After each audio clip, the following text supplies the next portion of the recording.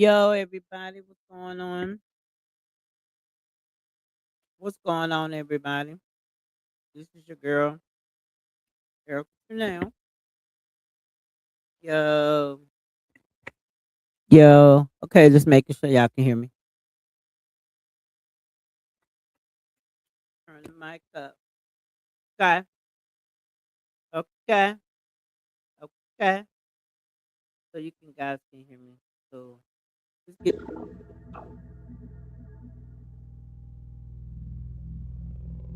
We have Ed Pausick, Warren, Jax, and then we have Morgan But here. it looks like Brandon Tatum outdid itself. And he goes on to interview Nolan Wells' fake friends, which was Warren, Jax, and Morgan. And guess who they brought along with them, y'all? They brought that Trump lawyer guy that's supposed to be defending them and coming after everybody that's saying something about him. And I am not worried about it.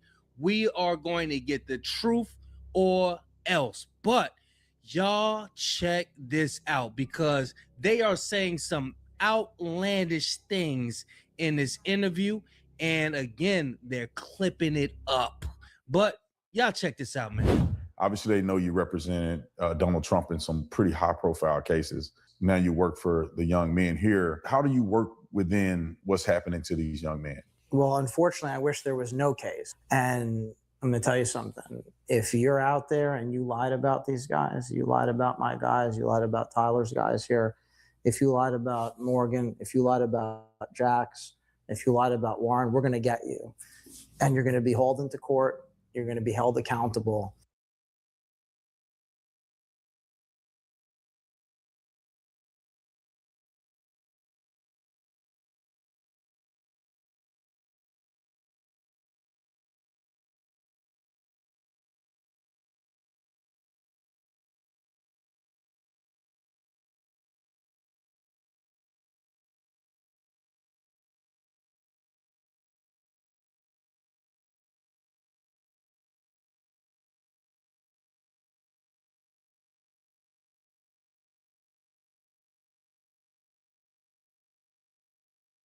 Lord, I'm so sorry.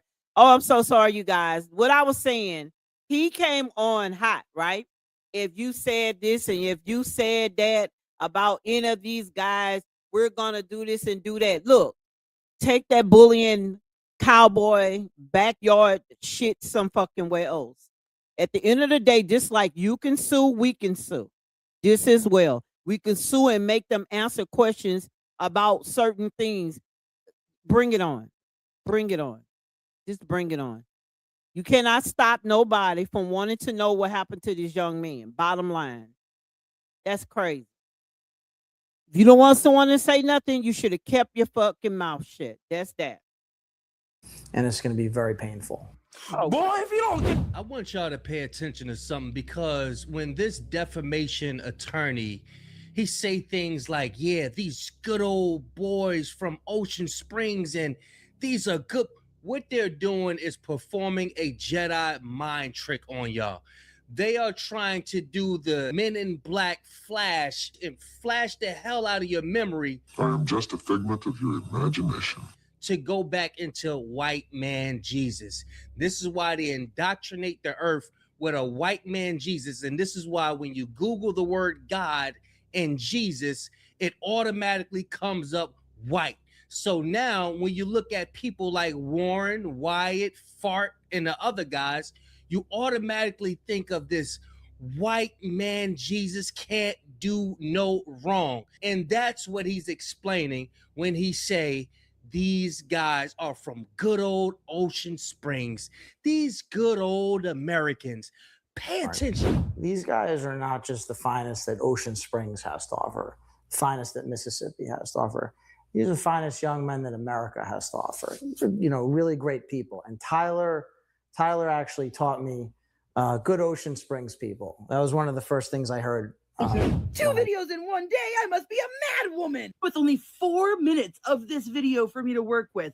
Watch what I've noticed. Keep your eyes on this one and Warren, okay? Watch right after the first question. What is your thoughts on that phone call to Cito? Some people have gone out and Did y'all see it? Did you all see them literally lock eyes? I'll do it again slower for you. some people have gone out and Warren wasn't ready for him to break eye contact yet. He wanted to say something with his eyes. Speaking of signals, because this guy really thought that nobody would notice. Now, I'm not sure who this guy is, but notice how he's wearing a hat that says Call Cox. Now, y'all remember that Bobby Cox is the mayor of Ocean Springs, and he's friends with these people. Cox is also the name of the lawyer that they hired first. Watch what I caught twice in 4 minutes. That clip of all of us on the boat, who it is going to believe what they want to hear. If they want to believe that my friends and I had something. Oh, I'm sorry. Did we crack your super secret code, dude? We'll just do baseball signals, guys. They'll never suspect. Which is honestly just a testament for how stupid these kids are. They have to have an adult sit in the interview with them and touch their hat. I can't wait for the rest of this interview. I mean, he's on the phone. Wouldn't you think that you would have seen Nolan on the bottom of on the floor or something? Or scrambling around, or everybody in a small space on the boat looking at him or something. I mean, What an absolute wild thing to say when so many people have seen this video and slowed it down and noticed that there's either like a hand or a foot or something that comes flying up when they tug on the toe right there. Like, I can't believe that they said that. But please, please, please put out this interview. Please give me something to tear apart. Y'all, I swear I see Warren stop breathing when he starts this sentence, and he doesn't move again until he closes it out. Watch. They try to cover it up with an edit. on the phone, wouldn't you think that you would have seen Nolan on the bottom of on the floor or something? Or scrambling around, or everybody in a small space on the boat looking at him or something. I mean, So y'all know how Harvey from TMZ, he was so sure that 2 eyewitnesses to come out and say, yeah, people seen Nolan Wells on that beach after the friends left. And they took those people's words as it was just facts. And he wasn't on that boat. Yeah, but Harvey, how do you know? I'm not going to name them out of respect for their privacy, but just as one example, there are 2 very fine, upstanding members of the Ocean Springs community who saw Nolan Wells at about 10 minutes to 6 p.m. So about an hour and a half after these fine young men had left the island, they were gone, departed. Nolan Wells was alive. And these 2 witnesses, 2 very reliable, very credible, and very upstanding members of the community, they saw Nolan. And they've known Nolan for years. There's no chance that they made a mistake. And by the way, this can be corroborated. My question is why there only 2 people saw him. Through other evidence, other eyewitness accounts. And that's the end of it right there. And that's the end of it right there. And that's the end of it right there. And he wasn't on that boat. Hey guys, I'm just here to debunk a photo that was going around. It was in the Cajun Navy report. This is the photo that is zoomed in, basically saying that that could have been Nolan. So in the Cajun Navy report, they have this photo on there saying that the newly supplied photograph is represented as having been taken at 4:50 Central on 4th of July. 19 minutes after the boat left. However, if you look on that bottom line, it says Nolan possibly is in this photo, but not confirmed. That is not Nolan. It is confirmed. This woman right here is confirming that this is not Nolan. She says, this is not Nolan. This is my son with his friend.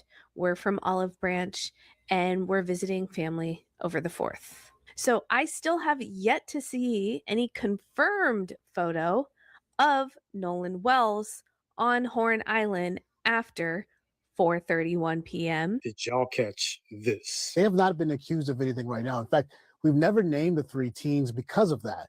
But now that the lawyers have stepped forward and say they're all going to this island, we decided to name them. Warren Hudson, Jack Patalo, and Morgan Seymour all say they're going back out to this island to do their own investigation. These people gave the Wansley family hell for doing their own investigation and not trusting the investigative process of law enforcement. But here you are doing the same exact thing, doing your own private investigation, pretty much investigating yourself a month later. So let me get this straight. Is the investigation that Mississippi law enforcement is doing not good enough? I understand the public's urgency to know what happened to Nolan, but we are not taking time for time's sake. Or is all that evidence that you claim to have not good enough? If you've done nothing, then why not side with the family, just like Javon and his mom did from the start? But instead, you're out here playing like you're the victim and not Nolan.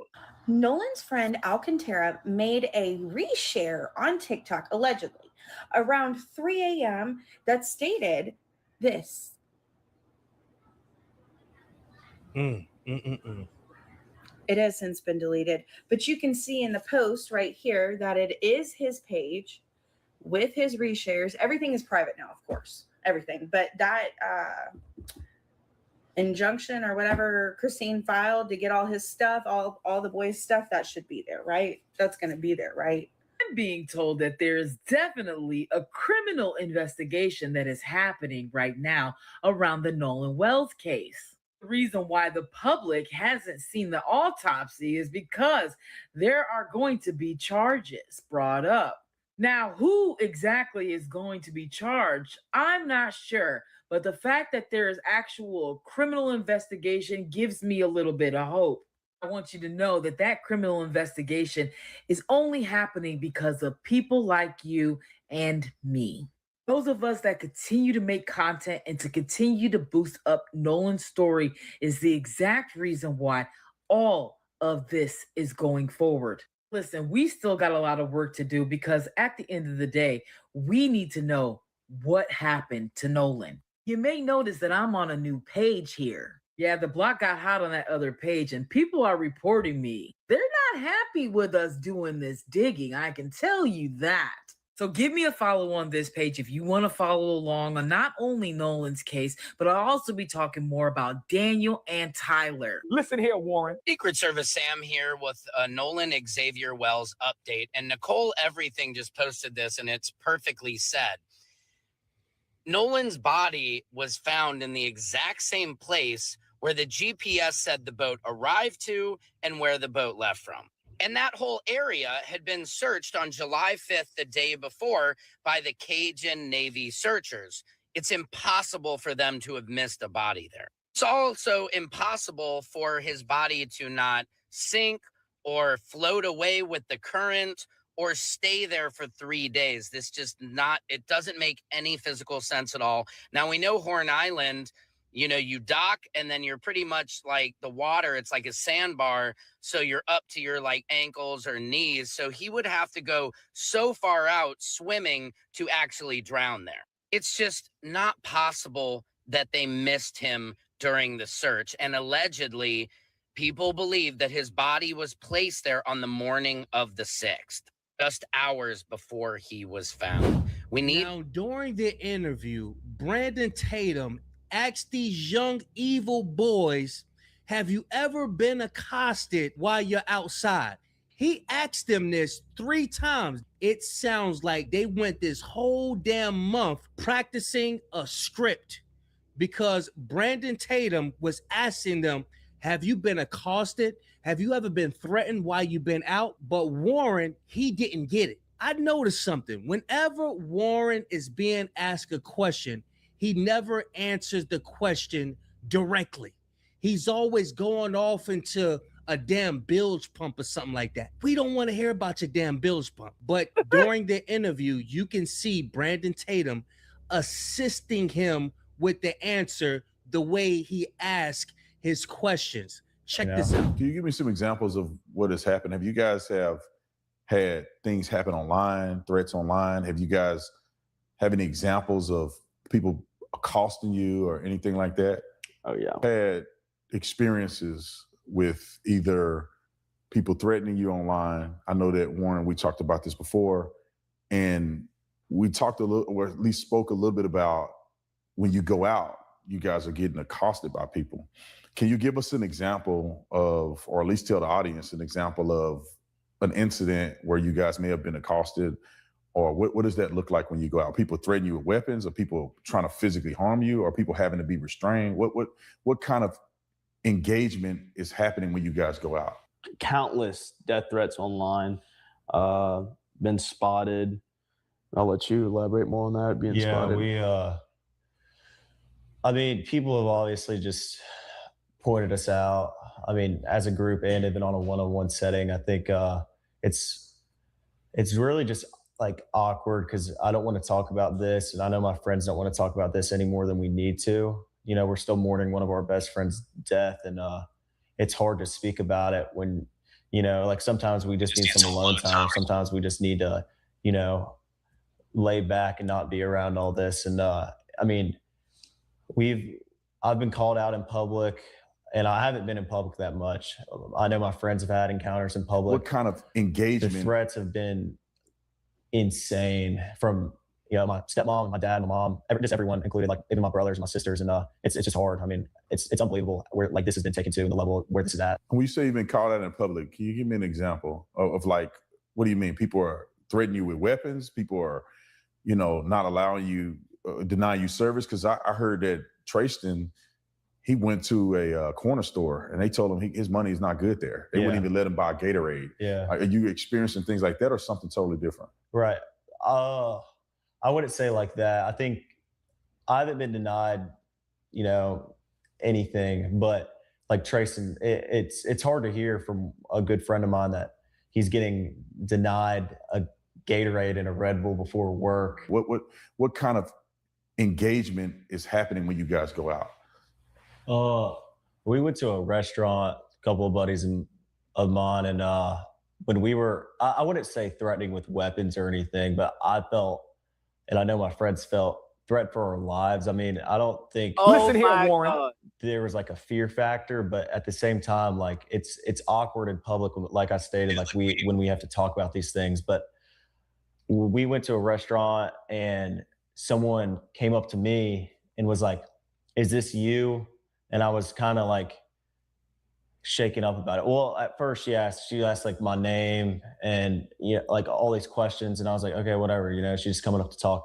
Well, then she came up to me again and showed me our first interview and was like, "Are you sure this isn't you?" And I was like, "Well, yeah, that's me, like obviously." And she kind of just, I looked at my buddy and I was like, "Yeah, we're leaving, like close everything out, like we're going." And I left, and there was an altercation after I left with some of my buddies that weren't involved in this at all. And they told my friends that they were going to kill them and they wanted to fight and all this like crazy stuff. I mean, I wasn't there. Listen here, Warren. I was born at night, but I wasn't born last night. But my friends told me this, that what the people were saying to them was like totally just crazy. Like, I mean, there was people like. So basically, y'all, this is hearsay. Y'all can engage in the chat if y'all don't mind, but basically, this is hearsay. That were, you know, outside of this telling us like, "Hey, you need to leave before something happens because I know what could go down right now." And like, I know that these people are crazy. Just imagine Nolan's last days. Imagine Nolan's last seconds and minutes on this earth. I'm not worried. I'm not concerned about nobody. This young man did nothing. And whoever did it, guess what? Until we know, I don't want to hear anything about nobody else's sad story. That's it. So, I mean, we all felt, we were kind of shaken up about that. It was weird because it was our first encounter as a group. I wasn't there. And I think it's also like just crazy that people will like look at you in the eye and tell you they'll kill you because they believe you killed your best friend and you have nothing to do with it. And Morgan and Jax, were you guys there? I wasn't there. Yes, we were there. I didn't hear the part where they said they were going to kill him and stuff, but I did hear that she can't come originally. And Nolan Wells is supposed to be your brother. Why would you sit up there and say in the interview that his mom is initiating all this trouble. You wish she wouldn't have came out and tried to get answers on her son's death, because that's basically what you're saying. But other than that, I feel like his mom blasting us on social media from the get-go, saying that he was out there with Warren and another guy. That's where it first started to take off. And then also the fact that she posted a picture of me and Morgan and another guy and Nolan on the boat together, blasting that out there, pushing this narrative, kind of, I guess. I wish that would have never happened either. And I don't think if those would have never happened, a lot of this stuff wouldn't have been as viral or gone all over the country at this point. I mean, this is a countrywide news story that is just blown out of proportion. I think it's really bad that like people are pushing the narrative, oh, this is a race thing. Well, obviously it's not. I mean, this is like a brother to us. Listen here, Warren. I was born at night, but I wasn't born last night. You sat up there and called her Christine Wells. Well, the world know her as Christine Wansley. I'm glad I was the first one that called Christine Wells that night and told her that we haven't heard from her son. And I'm glad that I did all of that, but I hate the way this has been perceived by the media. Other than that, I mean, there's not much I would change from my point of view and my friend's point of view. I think we did everything right, and I know we did nothing wrong. I also want to say, I think it's so criminal that they took something so anti-racist and flipped it into something super racist. Like they took, this is the definition of anti-racism. I mean, that we did not look at Nolan any different than I looked at him, or even you. You know, we did not treat him any different. We didn't treat Trayson any different. We don't treat Trayson any different. And they just flipped it. And I just think that is so wild that they're pushing this thing that they're saying, oh, they want to end racism and all this stuff. Well, they're the one pushing it. They're pushing the racism. In my opinion, I think that the media, they shouldn't have pushed a narrative from so early. I think that they should have let the local. If we would have let the authorities knew anything, right? I mean, let them just do their work. The man came out when he was found, right? And said that it's a drowning. Didn't they not say that? Let me know if I'm wrong, y'all. Didn't they started the mess with us? And we look like, oh no, buddy, ain't none of that finna happen. And we, TikTok, I ain't gonna lie, y'all. TikTok going, they doing their thing over there on TikTok. You heard me? Or whatnot. They got internet lawyers, internet paralegals, everything. You know what I mean? But if we didn't do the work, we wouldn't be where we at now. I don't care what nobody says. Officials do their job, let them release statements, and then, I mean, the media is obviously going to see that and then do whatever they do. Trust the local officials. And that's the end of the video. Y'all they're quick to say, trust the people who don't take care of us. Trust the people. Y'all, listen to me again. We finna listen to what Don Lemon have to say. They say, trust the people. Hold up. And I want y'all to know, y'all seeing this stuff for the first time just like me. I work, I do everything. You feel me?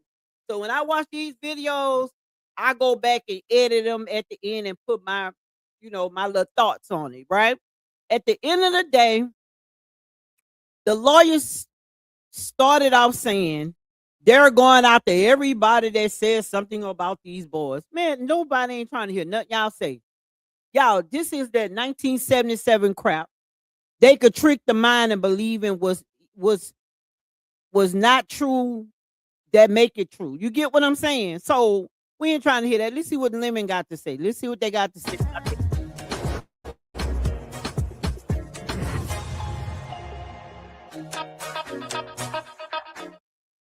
All right, it is 5 Eastern. It's in the 5 p.m. hour Eastern time here in New York, here on the East Coast. Thank you for joining us here on Lemon Live at 5. We have a very big show for you.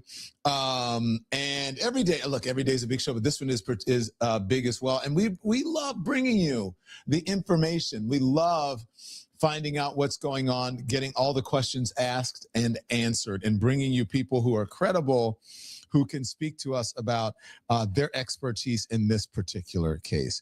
So again, thank you for joining us. Make sure you hit the like and the thumbs up. It does affect the algorithm, and more people become aware of our conversation and our channel. So we really do appreciate that. Okay, let us know. Hi, San Francisco. Let us know where you are streaming from. Hello, Charleston. Hello to, come on, Don, bring it, Aunt Josie says. Okay, so look, we are going to bring it to you. Now, I want to talk to you about this interview. There's more to this interview that has been the new interview with the friends that's going around, and that, more sound bites are coming out, and it just gets more interesting as we go along. And we're going to have some folks who are going to. Before we get in the midst of it, I want to shout out to my family, my new X family. Y'all make sure y'all follow me on X and follow me on other channels, because I got a lot of content out there that's doing well. Also YouTube, I got a few that's coming in. Y'all be coming in on YouTube. Thank you. Gossip column on Facebook. Y'all show nothing but love, but I love that. Y'all the ones that's doing all the commenting. That's what I'm talking about. You know what I mean? But let's see what Lemon got to say.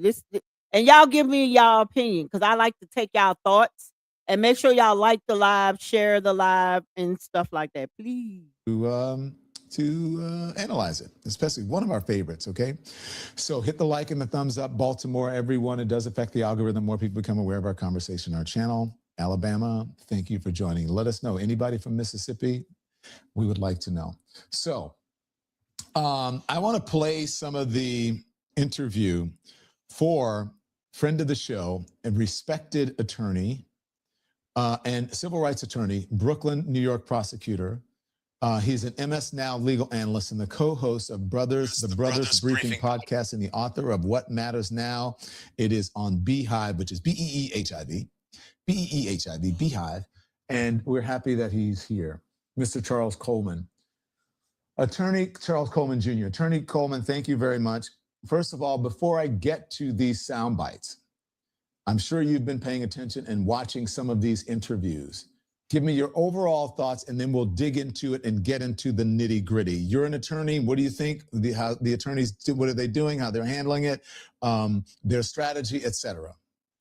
Don, with the threat of a potential criminal trial ahead, a criminal case, and we can't rule that out simply because we haven't seen anything go before the grand jury as of yet, I am perplexed as to the number of public statements and public interviews that have been given, because all of this can come in. All of this should be deemed as admissible, or at least something that people will be fighting over. And generally speaking, whether you are the family of Nolan Wells or whether you are someone who has potential implications as a defendant in this case, lawyers usually are going to advise you to keep your mouth shut for as long as possible, for as long as you must. And so I don't understand why anyone feels compelled to do public interviews at this point, particularly at the level that folks are doing it.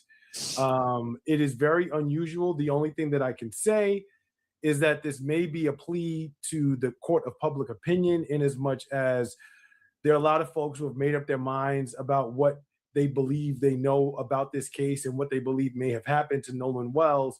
And this may either be an attempt to sort of further that or fight against it.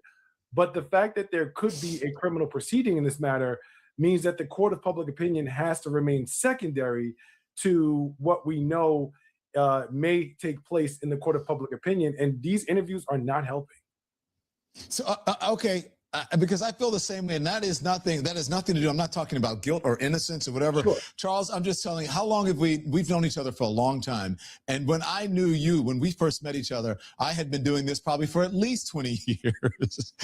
So I know you know it when you see it. I know a good PR strategy and I know a not good PR strategy. And the best crisis PR is when people behind the scenes who don't know about these things can't figure out that you have a crisis PR person because it seems so natural and everything is sort of, oh, okay, that makes sense, that makes sense, that makes sense. And then you sort of, if you're trying to change public opinion or public perception, you do it in a way that is more productive than just knocking people over the head or, you know, in a quite honestly, in the honest way, in a way that's not so productive. And so when you said this is a bad strategy, as an attorney, I must agree with you as a journalism professional.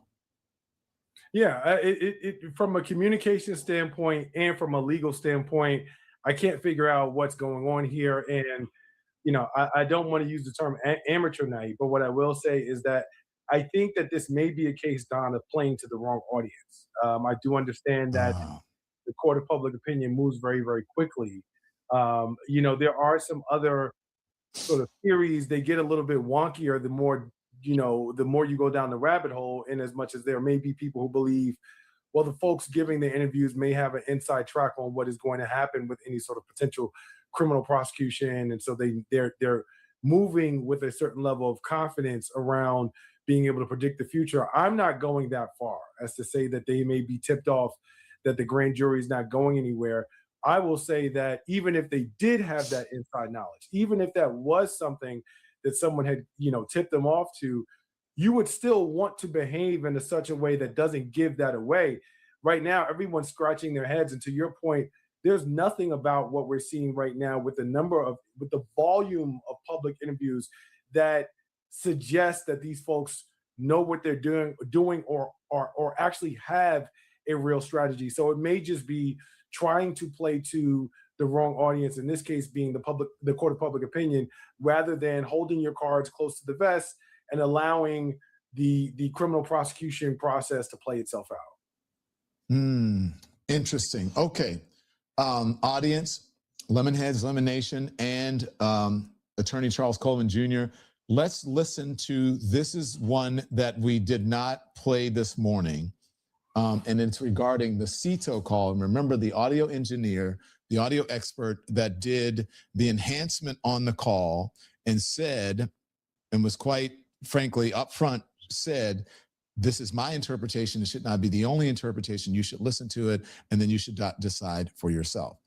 But here is the assessment from the friends about the CETO call. And I think the attorney also weighs in here as well. Here it is.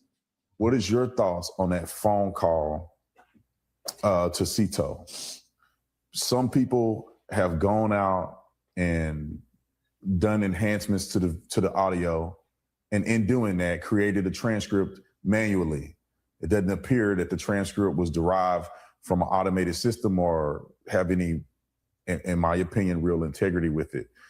So what do you guys think about that audio? Well, I can go ahead and say that as you posted that clip of all of us on the boat, you know, as it's rolling, not rolling, but right there sitting in the water, Wyatt's on the phone with CETO in that clip. I mean, he's on the phone. Wouldn't you think that you would have seen Nolan on the bottom of on the floor or something, or scrambling around, or everybody in a pot, like in a small space on the boat looking at him or something? I mean, it's just so crazy to think that. Why would we call CETO if we have a dead body on the boat? I mean, why would we call the Coast Guard?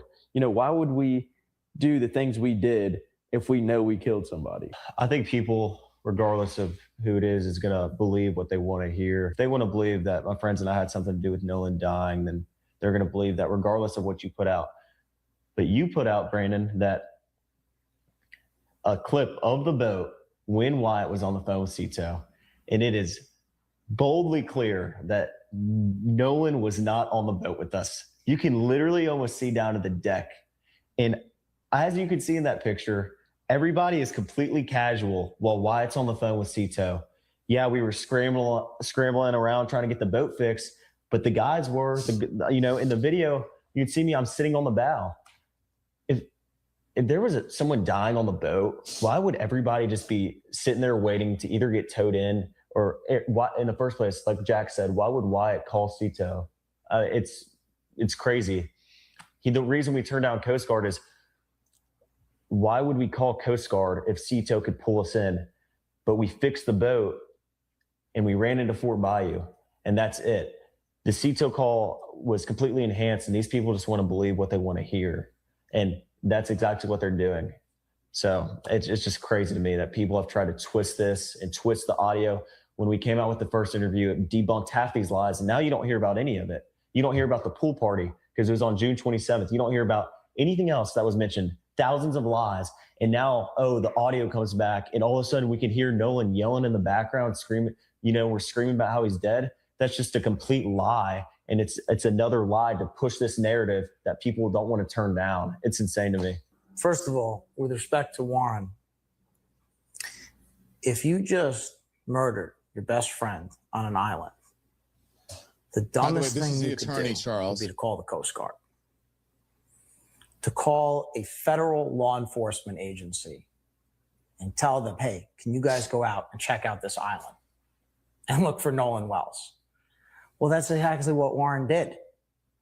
Warren called the Coast Guard. And that is one of many very compelling facts. He got back and he called the Coast Guard. Does that sound like a guilty man to you? All right. Now, these are all American young men, incredible young men. And they did a lot more than just that. I won't go through all of it now, but they did a lot of heroic things after the fact. And they did the best they could. And they tried for their dear friend. All of their actions are the actions of innocent men, not guilty men. And again, they are categorically, completely, and totally innocent. Yeah, I'll let you go. I mean, I got a couple. I didn't understand the whole thing about this completely. I didn't get. I quite honestly, what's the young man's name? I think is Warren. I didn't quite get what his explanation was, and his yeah. I'm going to say a couple things here. The first and foremost is, I am not going to ignore the platform upon which these gentlemen chose to go and give that interview. Obviously, you have a choice in platform, and that's fine. But there was something about that particular platform, and I'll leave it to the viewers to ascertain for themselves why they would have felt comfortable giving that interview in that space. And what I will say is that this is likely a forum that they felt was going to be friendly and comfortable and non-confrontational. As a former prosecutor, without any sort of aspersion or conclusion around guilt or innocence, what I will tell you is this, Don. It is never a good sign when someone starts asking, why wouldn't I have done this? Or why wouldn't I have done that? Or why would I do this? And leaves you to speculate, as opposed to just affirmatively saying, we did this because, and we did not do this because XYZ. That is always a telltale sign that someone is desperately trying to get you to believe what it is that they are saying because they want you to speculate in a way that would have made sense, as opposed to just saying, I would not have done this because, and it would not have made sense for me to do that because.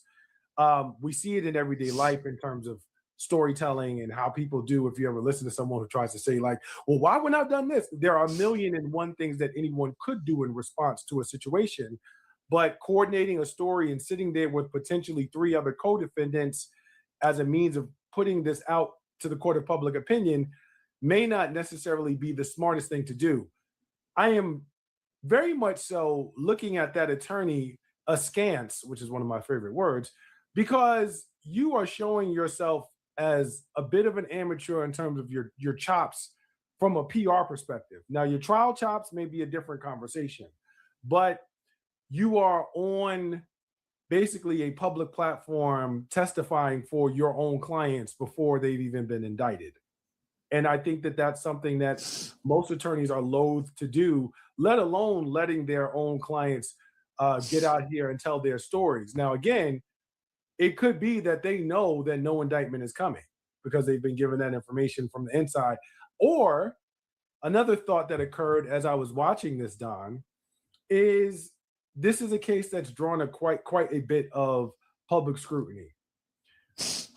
if you are a defendant and you go into the grand jury, you are not guaranteed to be able to testify. You are not in control over what information the prosecution puts forward. So if you are trying to control a narrative before you get to the grand jury, this would be your opportunity to do so. I don't think it's a good way of doing it. I don't think it's a smart way of doing it in the long run. But that is to say that as people have been watching this all over the country, and as I'm sure that includes people who are in Mississippi, who are in Jackson County, this may be an opportunity to sort of poison the jury pool of grand jurors by getting your version out there, just in case someone who's watching that interview ends up on that grand jury, just in case someone who's watching that interview ends up in that jury box. This is a means of trying to get your narrative out, because you certainly won't do it in the grand jury because you're not in control of those proceedings. And then by the time you get to trial, who knows what other information you might be battling against. So from a PR perspective, it could be a preemptive strike for potential jurors or potential people in the jury pool, but it's still, for me, something that's ill-advised, because all of this could be used against you in a court of law. So clearly, basically what you're saying, this is, as you said, this is a court of public opinion. This is a PR strategy. Is that what you're saying? Not a very good one, but that's what it is, yes. That's what it is. Look, again, I cannot disagree with you, and for the life of me, I don't understand. But perhaps you said they're appealing to the, I don't know if you said the wrong audience, or maybe it's the one that they need to appeal to, because they're speaking to the folks there in Mississippi. Could be. Could be. Okay. I want to play something as well that we talked about a little bit earlier on the Don Lemon Show. And that is this, there's part of the interview where the friends are talking about, hang on one second, let me see. The friends are talking about the examples of threats. Okay, since you're a former prosecutor, you're an attorney, I want you to listen to this and tell me what you think. Can you give me some examples of what has happened? Have you guys had things happen online, threats online? Have you guys have any examples of people accosting you or anything like that? Oh yeah, we have had countless death threats online, been spotted. I'll let you elaborate more on that, being spotted.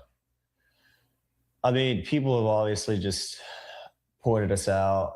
I mean, as a group and even on a one-on-one setting, I think it's really just like awkward, because I don't want to talk about this, and I know my friends don't want to talk about this any more than we need to. You know, we're still mourning one of our best friends' death, and it's hard to speak about it when, you know, like sometimes we just need some alone time, or sometimes we just need to, you know, lay back and not be around all this. And I mean, I've been called out. We really don't want to talk about this, and so more than we need to. And so we're going to sit down with our attorneys and do an interview with a podcaster that has millions of subscribers, but we really don't want to talk about this. With this, Charles, okay, so let's talk, because this is not, I don't think this is being critical of these young men. Perhaps maybe you view it that way. My view is that my view is the people who are the people who are advising them, the adults, the attorneys who are advising them to, it's just not a good idea, because they're saying we need some alone time, we need to mourn, but yet they're sitting in front of cameras with a far right-wing content creator and their attorney who's dressed up as, I don't know, at first we thought he was like, we're like, who is this friend? He's not like in high school, is he? This is like an older friend or something. I mean, do you see what I'm saying? Of course I do. And I think that, again, this is, you know, the more I pay attention to this, the substance of what we are listening to is less relevant than the style of what is being presented, especially if you consider the fact that, again, there are potential jurors and potential members of the grand jury who might see this. They might see this and they might hear, you know, there's obviously a certain degree of leading in terms of how these questions are being asked, which is why you should leave journalism to journalists. and former policing to former police people. But when it comes to even the presentation by the attorney, look very closely. He described them as all-American guys who were courageous. And he's sitting there not dressed as an attorney, but dressed similar to what he described as being an all-American guy. This is what the all-American guys wear. I'm dressed similar to these all-American guys. I'm sending a message to the folks out here that these young men, these boys have been harassed, that they have been accosted, and you are, as the facilitator of this conversation, throwing me slow pitch, underhanded softballs so that we can ask these types of questions and elicit this type of information that makes them look like victims. Again, the only thing that I can think of is in hopes of drawing some level of sympathy within the court of public opinion such that we avoid an indictment. And if we can't avoid an indictment, ultimately we avoid a conviction. And we begin to shift the pendulum away from focusing on Nolan Wells and getting answers about what happened to him and centering these young white men as somehow victims in this situation, despite the fact that they can go home to their families and Nolan Wells' parents will never see his face again. Okay, continue on, please, Andy. Public, and I haven't been in public that much. I know my friends have had encounters in public. The threats now have pause, been... back it up just a little bit if you can, Andy. Now, this is, again, he's asking them specifically about threats against them personally. Okay, here it is. I've been called out in public, and I haven't been in public that much. I know my friends have had encounters in public. The threats have been insane from, my stepmom and my dad, my mom, just everyone included, like even my brothers and my sisters. And it's just hard. I mean, it's unbelievable where like this has been taken to and the level where this is at. When you say you've been called out in public, can you give me an example of like, what do you mean? People are threatening you with weapons? People are, not allowing you, denying you service? Because I heard that Trayston, he went to a corner store and they told him his money is not good there. They wouldn't even let him buy Gatorade. Yeah. Are you experiencing things like that or something totally different? Right. I wouldn't say like that. I think I haven't been denied, anything, but like Trayston, it's hard to hear from a good friend of mine that he's getting denied a Gatorade and a Red Bull before work and having to, like, he calls me, he's like, dude, you won't believe what just happened. He got called out at Walmart. Someone called him out at Walmart and was like asking him all these questions and trying to press him about it. And it's crazy to me. Like, we live in a very tight-knit community, and for people to, push back and say these things when they know what Ocean Springs is like, it's really hard.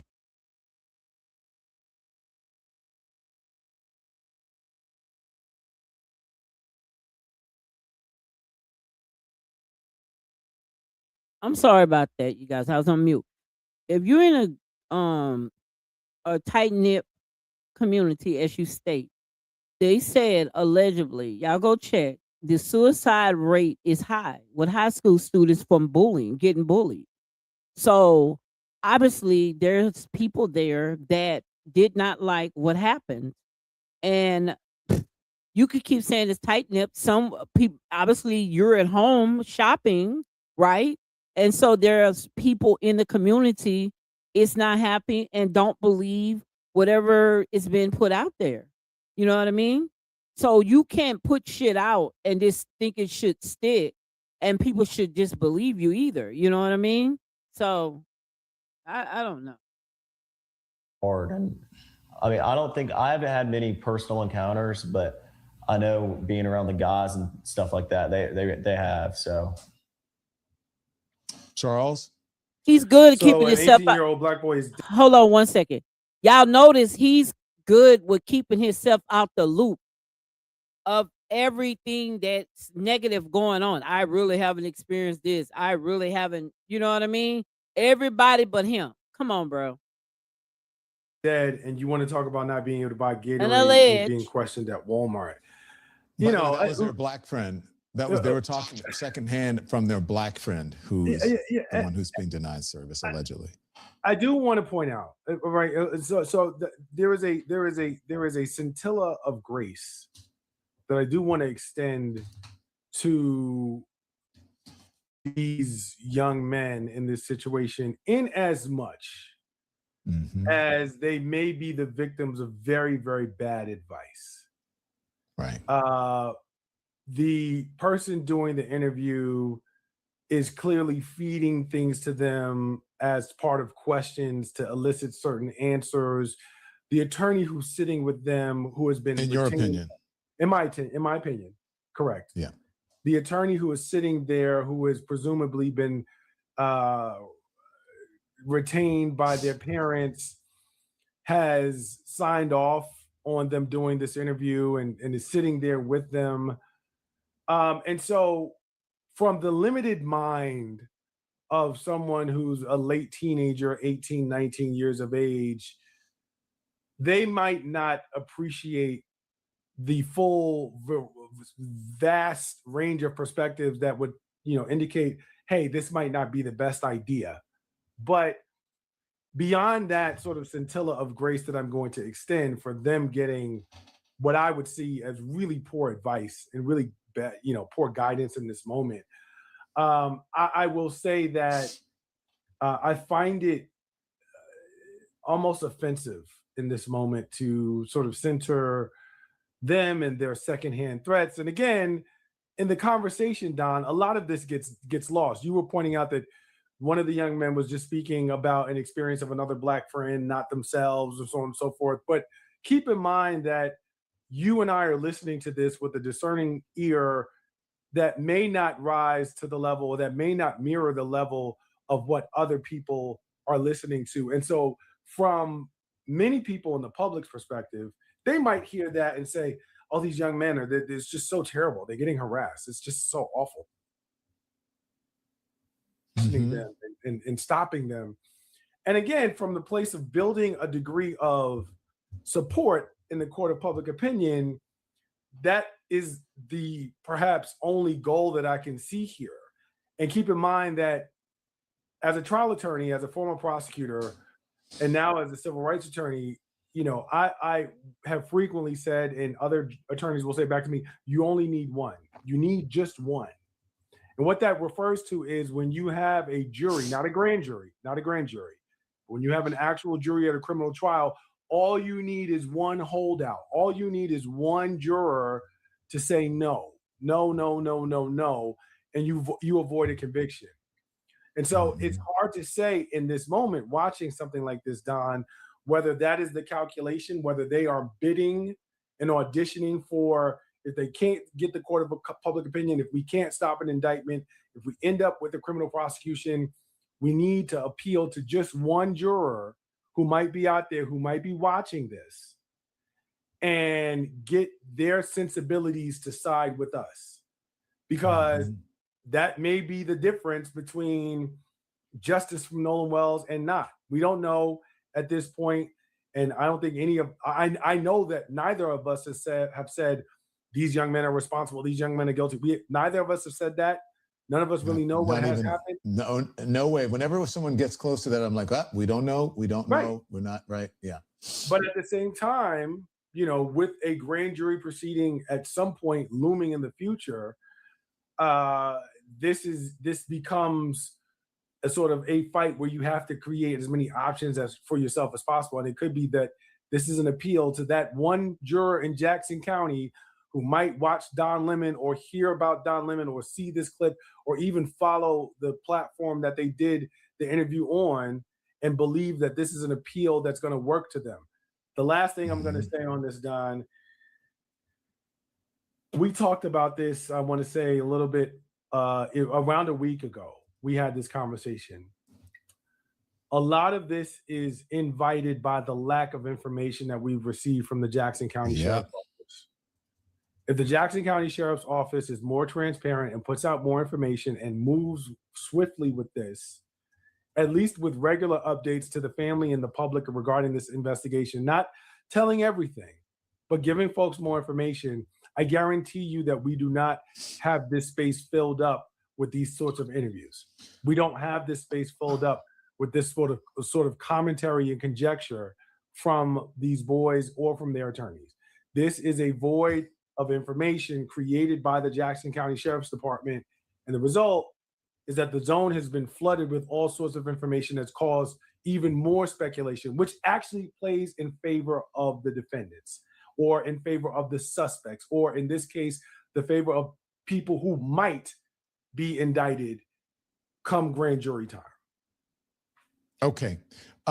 Here's the thing. I have some breaking news that I want to discuss with you. And also we have a media PR expert who is coming on. I'm not sure if she's if she's up yet, but we want to get her on and discuss it. But first I want to get a word in from our sponsors, and we have breaking news. Okay, Charles, that I want you to respond to. Reach new audiences and has helped over 5,000 Black businesses. Thank you for joining. We're talking about the media aspect of this particular case, and we'll discuss that with you. But I want to get this to Charles first. If you want to weigh in, you can. Charles, this is a conversation that happened on News Nation that I want to play, and then something else. And then I have a response actually from Ben Crump and Associates. Here it is. I think there are things that I know that the average person doesn't know that are not points of speculation. One, that they found now, and again, this could cut three different ways. They found evidence of water in tissue and cavities consistent with drowning. However, the body was floating in the water and could have collected water. You could shoot me, I fall in the water, I could have water become the equivalent of ingested. Not that often, but it happens. In the stomach, a little bit, depends on the condition of the epiglottis. The lungs, more common because there are more entryways they can get to it. The second is, okay, so there was water in there and he was drowned, but he had help drowning. And the third possibility is that there was water there, but it is not conclusive. I am being told it is consistent with drowning. What that means investigatively is still open to interpretation. You've heard the same. Yes, there is no suggestion of gross injury. I do thank you for the clarification. I do not mean to suggest otherwise. I'm saying that what I have been told, that there is evidence consistent with drowning, doesn't mean that he drowned necessarily, or that the drowning was the cause of death, or the water in there was the cause of death. I'm just being open-minded because that is the most practical way to be. Also, the headline information, not surprising to me, is that he was there drinking. He was seen drinking. He was known to enjoy drinking, and that's what was going on at Horn Island. You can feel any way you want about it, but is, as a matter of fact, what the situation was about. So the toxicology early on shows a significant level of blood alcohol, the BAC level, as they call it in the body. You have also heard that. Am I correct, counsel? I'm going to wait till the pathologist puts out the report, and I'm going to wait till the district attorney puts out the. Do y'all understand how they're sitting at a table? They're giving them information. The parents that had this child don't have the information. The public don't have this information. For him to even suggest that all of this stuff is real, that means that this has been orchestrated already. And I'm just going to say alleged, but I think it's been orchestrated already. You know what I mean?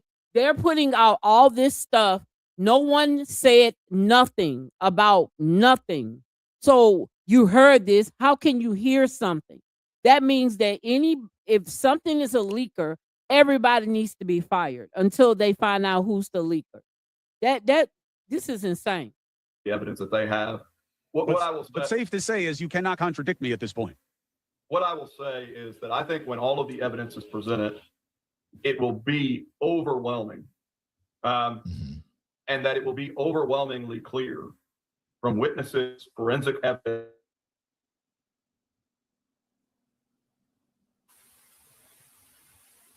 Okay, so here's the thing. So basically saying that they were drinking, okay, or that he was drinking. Now, we have Officer Tater, the guy who's on there. He's also insinuating that they were drinking and having a good time. So, you know, if anyone has said that these people sound like they've been drinking or we've heard they were drinking, I think he's insinuating that they were drinking. I'll just let you listen and you tell me what you think. Here it is. I don't want to implicate some people. I cannot confirm or deny people were drunk. Okay. I cannot confirm or not. People were drunk on their boat. And so now it makes sense to me of all that noise in the background. I'll add this. People were having so much fun that people on Bart's boat, because I can see it, it pans Bart boat, everybody on Bart boat all the way through. Everybody was on Wise boat. Everybody. Nolan is nowhere. Nolan is nowhere there. And even if, like, the stuff that they're claiming that they're saying, I just can't. I mean, I wasn't there, so I don't know what happened. But it doesn't appear that was consistent. It's a bunch of kids on that boat talking all kind of crazy, and they're having a good time. And some kids on Bart boat don't even know that the other boat is having issues, and they're laughing and joking about it. Like, is that what? So it's not even a pandemonium situation on that boat, like it sounds in that video. What I think they're hearing is a bunch of people having a good time, loud, yelling at stuff, calling out stuff, delusional. They don't know if it's sinking. They think they playing. People trying to get from one boat onto the other boat, yelling. And that's what, when I see the video, and I'll show you the video. I just can't put it in public because there's people's faces on it. But when I see the video, I see Wyatt on the phone, and then the two witnesses said that they saw Nolan afterwards, at around 6, which would be like an hour and a half after this happened. Y'all show it love, lead me to please. believe that maybe what she put out there was not as genuine. Okay. Does it seem like he's saying I can't confirm or deny? But it's always strange to me to hear when folks talk about this case and they speak with such conviction around the possibilities of what could be. But then when it comes to something that doesn't add up, they so quickly jump into the lane of, I wasn't there, I don't know, I can't say for sure. 30 seconds earlier, you have every answer and explanation and suggestion in theory. But then when people start asking things that seem obvious, the immediate response is, well, I wasn't there, so I don't really know. You weren't there. Everyone has the right to an opinion, which also means that everyone has the right to be wrong. None of us were necessarily there, and so we don't know what happened, which I think is understandable, but it's the conviction with which some folks speak while also acknowledging that they really don't know that throws me off a great deal. And this is also very poisonous to the space. As I listen to this, Don, I am curious as to how Ben Crump responds, but I want to say that from a legal standpoint, the amount of speculation that this is creating is something that hurts the prospect of a sound prosecution. It's more likely than not that there are problems with the investigation if we go step by step by step. And if anything, one thing that I can say unequivocally is a problem as an observer is the lack of transparency and information that we've received from Jackson County. That being said, the notion of flooding the zone, which is a communication technique that we see employed consistently on the far right in political spaces, is one that, and Natalie can speak to this more, is something that is if not formally, informally being employed here. And the ultimate reality is it confuses the public in such a way that, like I said, the court of a public opinion is likely to, many of them sort of throw up their hands and say, well, I can't make heads or tails of any of this. I just don't know. And they walk away, which of course does not get any of us any closer to justice for Nolan Wells. Ms. Moangay, I want you to respond to that. And then we're going to play, I'm going to tell you Ben's response, but that's something else that I want to play before I give you Ben's response because it has to do with that. But I want to bring you in as a PR expert to respond to what Charles said, and to also, if you're watching this, if you've seen the interviews, what you think as a PR strategist, a crisis PR expert. from a media perspective, we know that especially in 2026 America, information is basically what reaches people and what people tend to repeat. So putting your story on platforms that have 3.8 million listeners, that information, I'm just calling it information, getting picked up by multiple other platforms, people repeating the story from a media perspective, that approach has been successful already, because we already know that this version of the story is trending. Everybody's talking about it. It's absolutely everywhere. And it is becoming what people are, it's shaping how people, we know that it's shaping how people think and feel. I'll put it that way.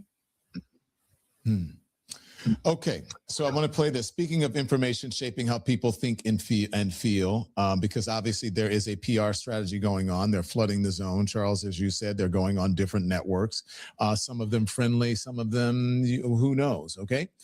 This is from the Dan Abrams show. These are, I believe, two of the attorneys. Here it is. Let's go to Mo in Houston. Mo, how you doing? What do you got? Hey, Dan, love the show. I appreciate you gentlemen for coming on as well. Thank you. A couple quick things. Was Nolan Wells, were there messages missing out of his phone? And the second thing is Absolutely photos not. have come out. Yeah, they're saying that there were messages missing off of his phone. His phone was wiped. And another thing, there's pictures of, like with the modern day, with people with cell phones and social media, there's pictures with adults on that boat. There, and one of the adults they're even saying is like an affluent crowd, judge, businessman. They were saying there's just kids, but there are adults there. Right, but here's the thing that they're saying. I don't know who the they is, but go ahead. Tyler, you want to take this one? Or yeah, Ed? I'd love to. Yeah. So let me ask you this. I saw a headline a few weeks back that said Ben Crump and the family is going to allow the Jackson County. Hold up, y'all. He didn't answer that question. He coming with a story. He finna twist it around to avoid that question. Sheriff's Office access to Nolan's phone. You know what I never heard? I never heard him follow through with that. I have reason to believe, and I do believe, that they have not cooperated with law enforcement. I do not think that they have turned in Nolan's phone. And I'm willing to bet my reputation on that. I don't think they've cooperated at all. They do not have Nolan's phone. They haven't had access to Nolan's phone. The Jackson County Sheriff's Department hasn't. So how can you say that there's text missing or there's photographs missing? Our boys had no reason to do anything with Nolan's phone other than give it back to Christine and her friends later that night. So anything about missing text messages or Snapchats is completely false. Edward, go ahead. I'll just add something. And again, this is why you have to be on the ground there or in the water. When I went to the island, when I was fortunate enough to have that opportunity on Friday. Okay, so let me just say here, one of the things he goes on to say that you get off the boat and you have to swim 50 or 100 feet in, and that it's not something that people usually want to take their cell phones, and he explains that. Okay, so basically what they're saying is they don't believe that the family has turned over the cell phone. I'm going to put this up. This is from Ben Crump's office.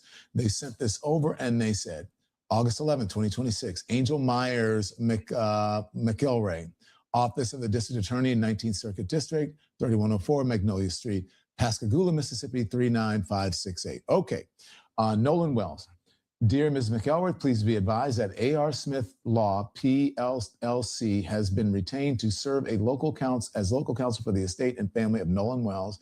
Moving forward, I will be working alongside the legal team at Ben Crump Law in representing our clients in addressing matters arising from Mr. Wells' death.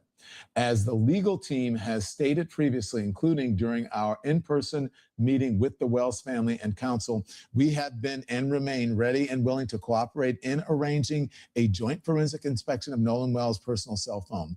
During that meeting, we specifically discussed having the examination conducted through the digital forensics lab at Mississippi Gulf Coast Community College, as well as the possibility of FBI involvement in that process.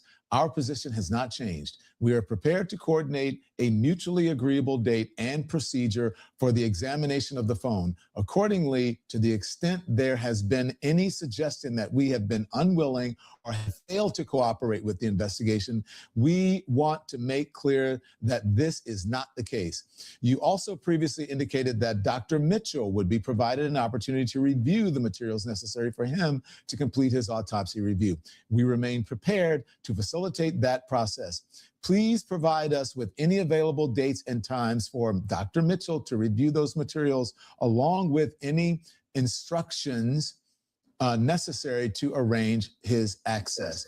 We would like to move both of these matters forward promptly and remain available to coordinate with your office. Very truly yours, Ahmad R. Smith, A.R. Smith, Law, PLCC. And it is dated, I think that is today, right? August 11th, 2026. That is the new information. Mr. Attorney, what say you? You know, Dom, what this sounds like to me, when you have a young man who doesn't have much of a reputation because they're so young, but yet they're willing to bet their reputation that the authorities haven't received the cell phone and so on and so forth. It sounds like to me that they have a lot of information from law enforcement that the public doesn't have.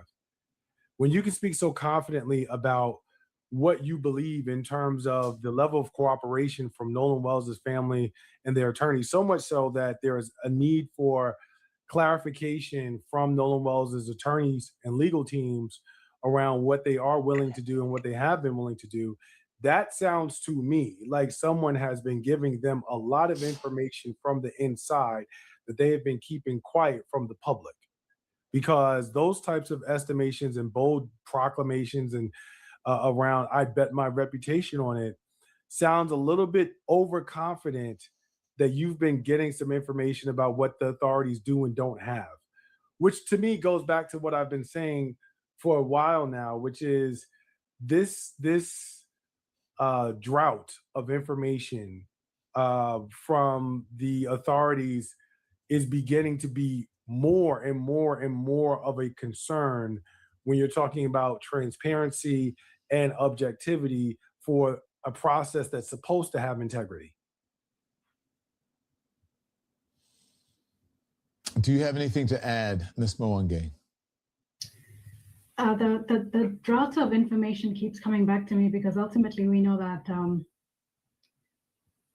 if you're strategic about it and you're putting out your information in a way that you know it's going to be amplified, you're more likely to get that version of the story shared, repeated, and we know how that ends up affecting the judicial process down the line. So from the outside, that's just how it looks, right? Yeah.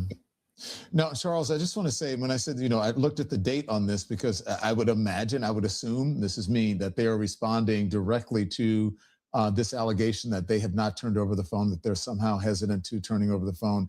And it appears here from this writing and this letter that is indeed not the case. They're working on a process to have the phone forensically examined by experts, which are, I believe, would be a third party that is independent and also an authority that can go through the phone and preserve some of the things that should be preserved and only look at the things that need to be looked at to find information.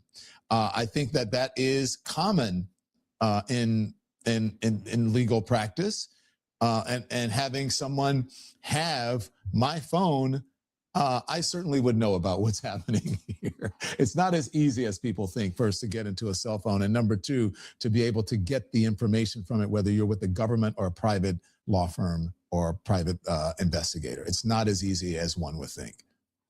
No, Don, that's absolutely right. I understand why the legal team decided to do this, because on a certain level, you do have to fight back. You've got to fight back this narrative that has really created confusion, doubt. You don't want the momentum behind seeking justice and answers for Nolan Wells to die down. And so you have to now present a counter narrative. But the problem with this is that it just jumbles up the space where, again, for the prosecutors who were involved, the information drought that they've created is now, that void is now being filled with a bunch of different stuff, where the attorneys for Nolan Wells and his family are now saying, no, we want an independent party to examine this phone and do technological forensics, and we're willing to cooperate with law enforcement to do that. But for many people, they may have just heard the account, oh, they didn't turn over the phone, and that speculation then in the court of public opinion can be interpreted any variety of ways. And so that is essentially what we're seeing here, is a sort of tug of war over narrative, Don. And they're choosing to manage this narrative relatively sloppy, in my opinion, and this could come back to bite them in the face of a criminal indictment. But it's sort of a bull in a china shop. And in today's media world, in today's communication space, given the information gap that has existed because of the Jackson County Sheriff's Department, they have obviously figured out we'll fill that gap with speculation and hope that it's enough to sway enough people to our side or our opinion going forward. Charles, Ms. Moenge, thank you both. Anything else you would like to add to this before you've both been extremely helpful here. Anything else you would like to add before we let you guys go? Condolences to the family. I just want to encourage our listeners and viewers, or your listeners and viewers, to always seek out facts and encourage other folks to seek out facts. In this moment, part of the reason that we are in the space that we are in is because people are loath for patience and for facts. And I think at this point, the notion of patience is one that I can understand people's aversion to, because we have waited and we haven't gotten answers. And so the process is looking increasingly sketchy. But what I will say is that regardless of how you feel about the process, please, in your discussions, in your shares, in your conversations, focus on facts, on vetted facts that you are getting from trusted sources and messengers, not from podcasters who are looking to make a buck. Well, my thing is to that, Chocolate Brother. We're the reason why you guys are looking at this. I'm just keeping it a buck. And a lot of us are not out here trying to make a buck. We're out here trying to put fire to their feet. Now, the professional's job to keep stuff legal and what's the other word to use? Straight and narrow, right? We're not the professionals, like you said. But if we're talking about it, you're going to talk about it. You guys follow the culture, and that's just facts. So you're telling someone to follow facts of whom? Because these, in my opinion, and I just don't see where the transparency is, because there's a lot of people are putting their jobs and different things on the line, saying that they can guarantee this and guarantee that. That means alleged that they're speaking with the people who hold the key. So obviously, we're not going to let y'all tell us what we shouldn't say out of our mouth. We're not going to let y'all tell us what we should not do when it comes down to our people. We're beginning to start take care of our communities again, which I'm loving, right? We have more cases. We have more things, and I'm gonna start getting into the other cases. This is in kind of shorten up each video that I'm gonna put out, right? And take a 3-hour window and speak about certain cases and stuff like that. Because we have a lot of shit out here that we need to build teams like paralegals to get involved because we do the research. The lawyers don't do the damn research. They just the bullies in the courts. They're the bullies in the courts. You know what I mean? So I don't, I'm just sorry. We're not gonna not do kind of what we want. What are you gonna sue? They take everything from us. They tax us for everything. You're in defers for everything. When you leave here, you don't leave with anything because they take everything. So I mean, I'm confused. But anywho, I digress. I'm just not doing it, y'all. I'm trying to. You say they talking about Nolan Wells' friends 3 hours ago. Let me see. Let me see what they talking about the autopsy. These cats be kind of they be on point a little bit. Let's see. They upload something an hour ago. I think they're talking, and this will probably be the last video till later on. Body Bags with Joseph Scott Moore. I don't know if this is new. But I saw there was a headline that came across and it said update autopsy report complete in the Nolan Wells case. And so automatically guess what your friend did here. I hopped right on, I clicked the link and it said, but it's still not available. Right. Well, and I know better. I know better. My phone lit up, text messages, calls. I'm like, hey guys, remember Celeste Rivas?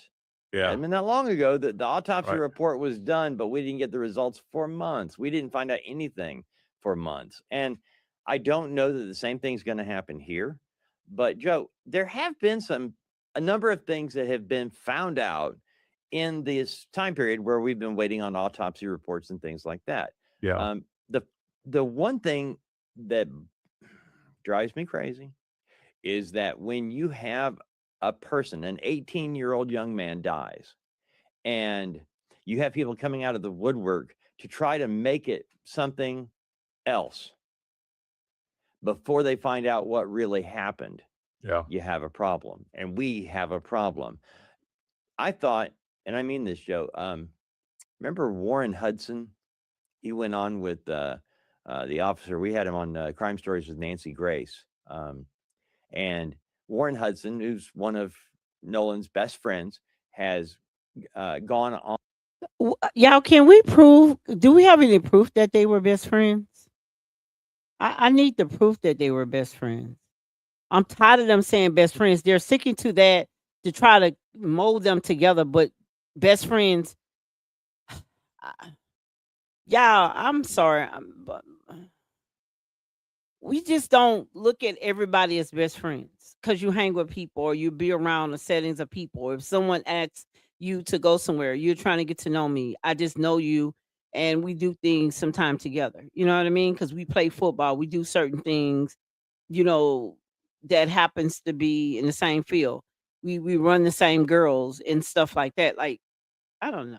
On the air on a couple of podcasts, and he's talked about it. Well, the way that it made it sound, right, that Warren's best friend is talking about the trip to Horn Island, talking about what happened out there. He didn't ride out there with Nolan. Nolan Wells did not ride out on the boat with Warren Hudson. There were 3 boats that went out there kind of together, but Nolan was not on that one boat that Warren Hudson was on. The reason I'm saying that is because you have to understand, Warren rode out there on a boat, some guy named Bart that owned it. That a lot was said by family and friends that said, well, if you leave with somebody, you come home with that same person. That's not what was happening. Kids, young people went out there. Hold up. See what they do? You wasn't there. You don't know if he did or not. They good for putting this propaganda on television. You wasn't there. And I kind of liked you at first. I wasn't there. You wasn't there. We don't know if they did this stuff or not. However, stuff doesn't smell good here. You wasn't there. We don't know that. Show us more pictures, because y'all, teenagers take pictures. I got 20-year-olds. They take pictures. I don't care if they was going to the middle to the Bahamas. They're getting off that boat with their phone. They're going to get in water, like you seen the other kids in the water with the phones. I hate when they just come out bluntly. They're trying to, the narrative is trying to be switched. And like I told people, they're going to put stuff out there, right? They put stuff out there so they can say, aha, I got you. You lied. You thought this, you thought that. The whole time you got to stop grabbing everything that they put out there. The phone call. You're not going to make me believe that we didn't hear what we heard. So what they do is they throw bones out there. They get people to put stuff on the internet, like Photoshop pictures, like they've been doing. We've been going on hunches for that. And it's not but I've been seeing people going on hunches for that. We can't wait for the evidence because we don't even trust them. Like, we're going to do what we're going to do. That's it. And if we're not satisfied, we're going to do what we need to do. The federal next or whatever it is. One thing for sure, you can have whatever attorney you want and you can try to be a bully. The machine is us. That's why they didn't put that report out, because they trying to make it like it was just a drowning, nothing else, when we know better. The machine is us. And whoever has them speaking is the dumbest people on the planet. There's no way in the world I would have had my son saying Jack. Let's get here. Let's get it on in court. And let me debunk whatever you're talking about. I wouldn't have opened my mouth about Jack. Because guess what? We still don't know what happened to Nolan. We still don't know what happened to this boy. And these boys, when they talk, oh my God, it's like, I don't know if they're scared or they just saying things or who got them trying to give a narrative. They need to stop. We're not, I'm just keeping it a buck. We're not believing nothing that nobody is saying right now. We believe that phone call, that 911 call. Everybody's believing that. Now you bootlicker come out. Yeah, I think something did happen to him, but it just wasn't these boys. Okay, cool. It wasn't these boys. It's unfortunately like if your child get killed, right? And you was the last one in the house, who they gonna talk to? You. Who the world's gonna look at? You. If nothing else follows, like, get up out of here. Y'all ain't no special than no one else. Y'all saying, listen, two people came and said they saw Nolan Wells. Come on, bro. At 4, and all them people out there, get out of here. I don't believe none of that. 2 outstanding people from Ocean. Where they from? The Springs, wherever they from. Man, nobody want to hear nothing y'all gotta say. Nothing. I ain't gonna even lie. Let me find somebody else to talk to, because this would piss me off. They sit here with, see how y'all still dear. No, so and I'm saying that is because you have to understand. Warren rode out there on a boat. Some guy named Bart. Hold up, like, you know how they sit there, right? And when they're talking, they have this deer stare, and it's like they're like no soul. Sorry, but not sorry. Some of them look like they don't have no soul. Some of them. You don't know if he was there. You don't know if he really did go on that boat. You don't know if they jumped around boats. You don't know what actually happened out there. All y'all can say is this. Let me see what Keisha talking about. You say the gaslighting, the lies. Okay, this is the last one we're gonna watch. Spilling tea, no sugar, no fear. They talk loud, but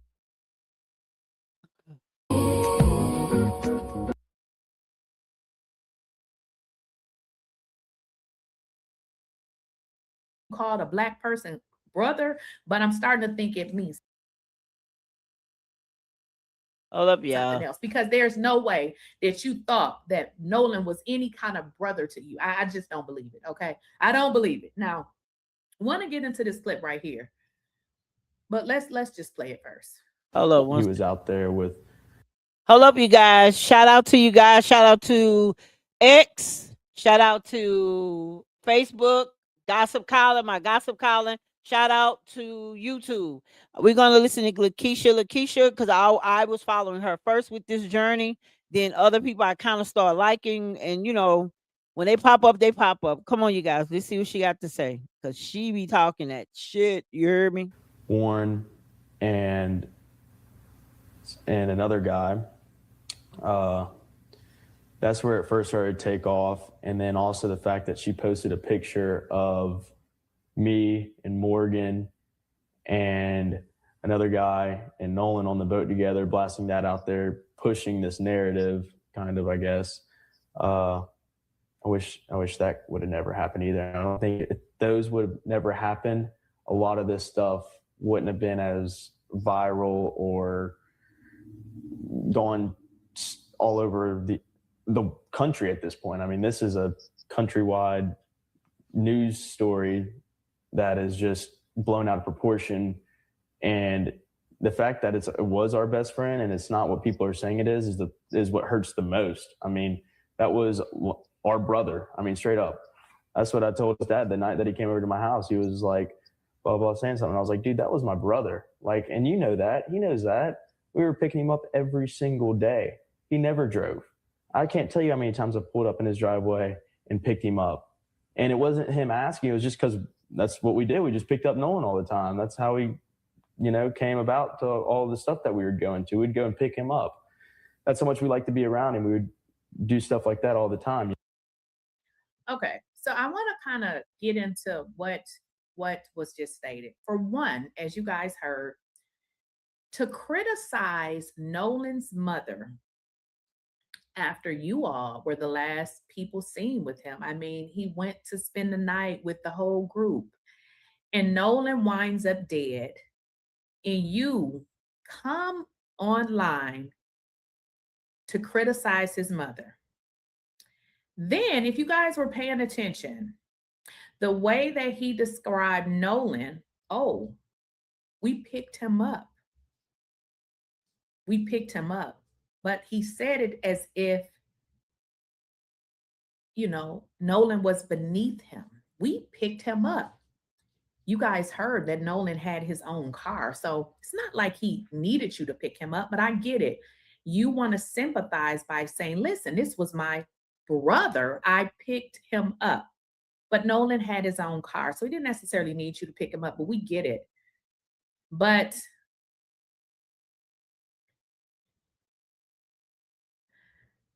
why is it that it is appropriate for them to blast his mother? Why is that appropriate?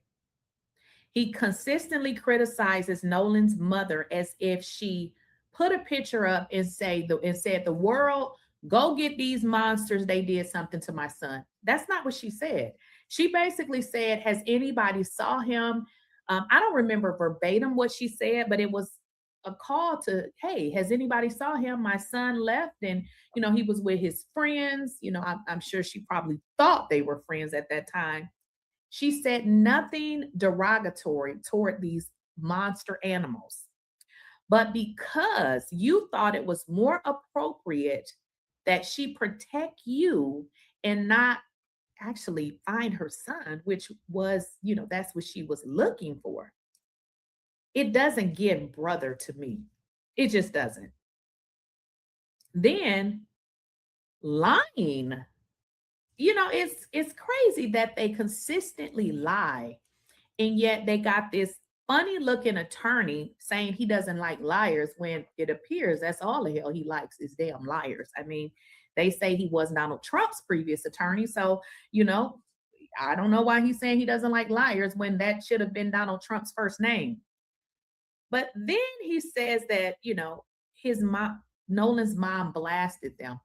Nolan's mother never did that. So that's a lie right there. But to say that, we picked him up, if you guys can think back, for somebody that you ever helped in your life and then they did something crazy to you and you be like, wait a minute, I done a 69,000 things for this person, because you're like, damn, why would they do that? That's what it gives when they talk about, oh, we picked him up or we did this. We liked him. We didn't have to pick him up. Does that really tell that you like somebody? Like, what are these examples all about? Oh, we picked him up. He didn't have to drive his car. Well, they didn't say, he didn't mention about his car, but I'm just saying, they're kind of speaking about Nolan as if Nolan was beneath them, in that they were the ones that was, even if you recall in a previous interview, the boy, I think it was Warren, said Nolan always wanted to come and like get on the boat. I don't remember the exact verbiage, but he kind of made it seem like Nolan was always trying to be with them, which is really opposite of a friend, because if somebody is your friend, they're not trying to be with you. He made it kind of seem like Nolan was fighting to be included, which I caught that. But now it's like, oh, we always pick him up, and, kind of making him seem like he's some kind of project. Now, I'm going to get into my next clip. And what I identified in the next clip is victim mentality. I'm wondering, like, why do they continue to go on these podcasts to say the same thing over and over again? It's giving, I'm fatigued at this point. Give me some examples of what has happened. Have you guys had things happen online, threats online? Have you guys have any examples of people accosting you or anything like that? Oh yeah, we have had countless death threats online. Been spotted. I'll let you elaborate more on that. Being spotted. I mean, people have obviously just pointed us out. I mean, as a group and even on a one-on-one setting, I think it's really just like awkward, because I don't want to talk about this, and I know my friends don't want to talk about this any more than we need to. We're still mourning one of our best friends' death, and that statement right there. We don't want to talk about this any more than we need to. Why are you on a podcast, couch, whatever you call it, consistently doing interviews if you don't want to talk about this and you're mourning your friend? Most people can't even mourn if they didn't even attend the funeral. This is giving fakery. This is giving, these kids are nuttier than a damn fruitcake. None of this makes sense. I mean, are they on medication? What's going on here? I just can't understand for the life of me. What are we seeing and why do we keep seeing them? I just don't understand. Can somebody help me out right now? I don't understand. I don't. It's hard to speak about it when, like sometimes we just need some alone time, or sometimes we just need to, lay back and not be around all this. And I mean, I've been called out in public, and I haven't been in public that much. I know my friends have had encounters in public. The threats have been insane from, my stepmom and my dad, my mom, just everyone included, like even my brothers and my sisters. And it's just hard. I mean, even his brothers and his sisters. Ooh, I don't know why these people continue to come online with this bullshit. Who knows your brothers and your sisters? Like, I don't even know who those people are. What are you talking about? You just making up shit and lying. And it's just, you all need to just stick to a script, because you'll be mad after we continue to drag your asses, because you continue to bring your nutty nut asses onto this good old internet telling these lies. And you think that we're unintelligent, but you're the only fools here. Your brothers and your sisters. Do anybody even know who the hell his brothers and his sisters are? We don't know who them folks are.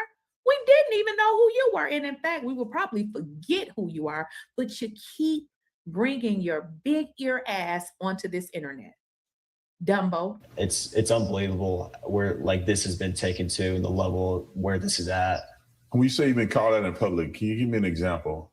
Listen to this. I've been called out in public. What does that even mean? What do you mean you've been called out in public? Is it a crime? Is it a crime for somebody to see you, don't like something you said or did, and tell you about it?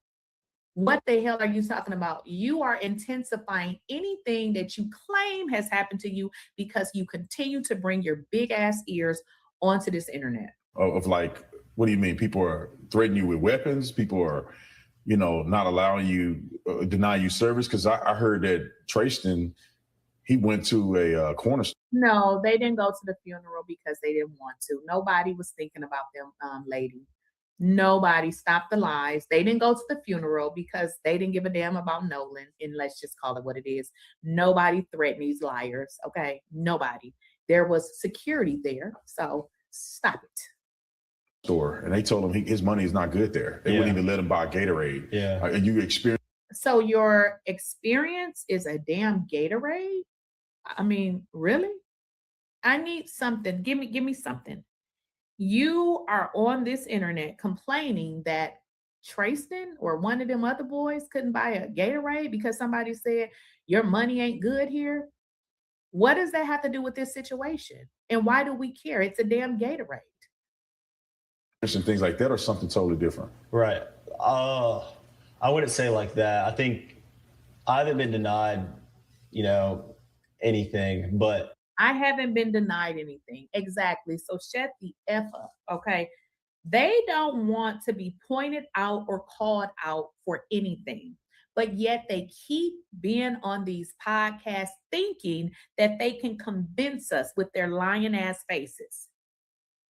They provide zero examples.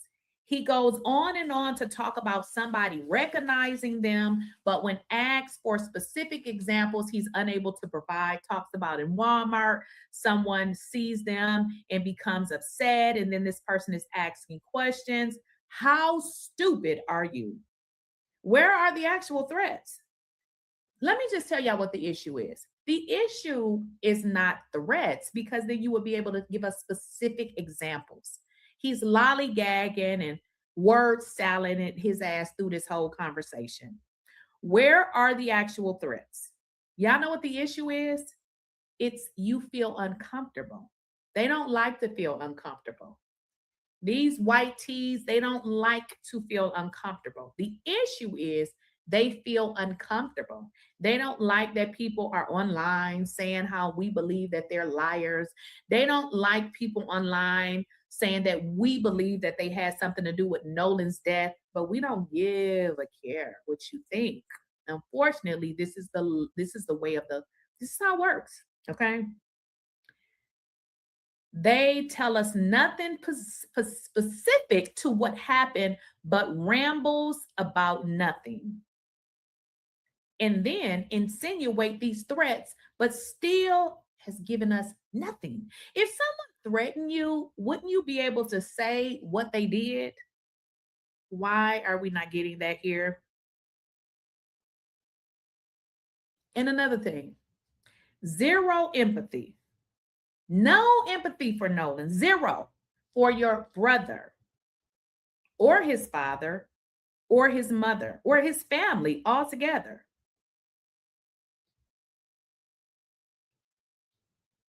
And let's not forget, guys, zero empathy. And it seems like the world wants to forget about the CETO call. I cannot unhear the CETO call. I don't give a damn what they say. I can't unhear. Do y'all know? Can you unhear something? Everybody is overlooking the CETO call. The thing that keep ringing in my head is, damn it, Bart. I just can't get that out of my head. Like Trayston, it's hard to hear from a good friend of mine that he's getting denied a Gatorade and a red. He's getting. Listen, I would love to have to get denied a Gatorade or something to drink and let that be my problem. Okay. If that would, if that's the only problem I would have, that, hey, deny me. I'll just go to another store. Are you okay? Are you okay right now? I cannot believe we're actually having a conversation about you getting, and actually it wasn't even you, because you just said you haven't been denied anything, and you claim that you've been threatened, but we've asked you, or he asked specifically for what the threats were, and you ramble. So, I mean, I don't understand. You can't even tell us what happened or what was said. I mean, you just want. Before work and having Okay, to pause this real quick. This stood out. Denied Gatorade. No, I took that from Don Lemon because they actually did a good job and they had the different clips. So I want to get into. Oh, okay, so I'm on video. Which video am I on? We're going to get into the attorney. Okay, because one of the things they talk about is defamation. Okay, and here's my deal. It's very hard to prove defamation. Okay, so it's interesting that you all has hustled up almost $200,000 for lawsuits, but yet when asked about the lawsuits, you're not even able to say what it is that you say people lied about. Like, in order to say someone lied, they have to say beyond a reasonable doubt, I know this person did that, which is very interesting because this attorney is an idiot. Because we're going to go over, well, I might not do it in this video, but he made absolute 100% statement that Nolan Wells did not get killed. Now, that, sir, you can be sued for. You can be sued for saying that, because how do you say that Nolan Wells was not killed? How do you say that? His parents can sue you. You don't know if he wasn't killed. And then by you being an attorney and out here making these statements, but yet you want to say that you want to sue other people, they can certainly sue you for that. You saying that you know that there was no way that Nolan drowned. Were you there? I'm sorry. He says that there was no way that Nolan could have been unalived, is what he said. How does he say that? So let's get into the defamation lawsuits that this cringe attorney, who looks horrible, by the way. About Morgan, Jax, and Warren, I'm not going to call them untruths or half-truths or falsehoods. I'm going to call it what it is, lies. So the first thing that's really important here is we're dealing with lies and liars. We're dealing with profiteers. We're dealing with hustlers. And so this dirty, nasty attorney who has, collected almost $200,000. He looks like he needs a bath. He looks like he needs to be groomed, and he looks like he smells. Okay. So he attempts to intimidate content creators, yet calling them hustlers, profiteers, and liars. Oh, wow.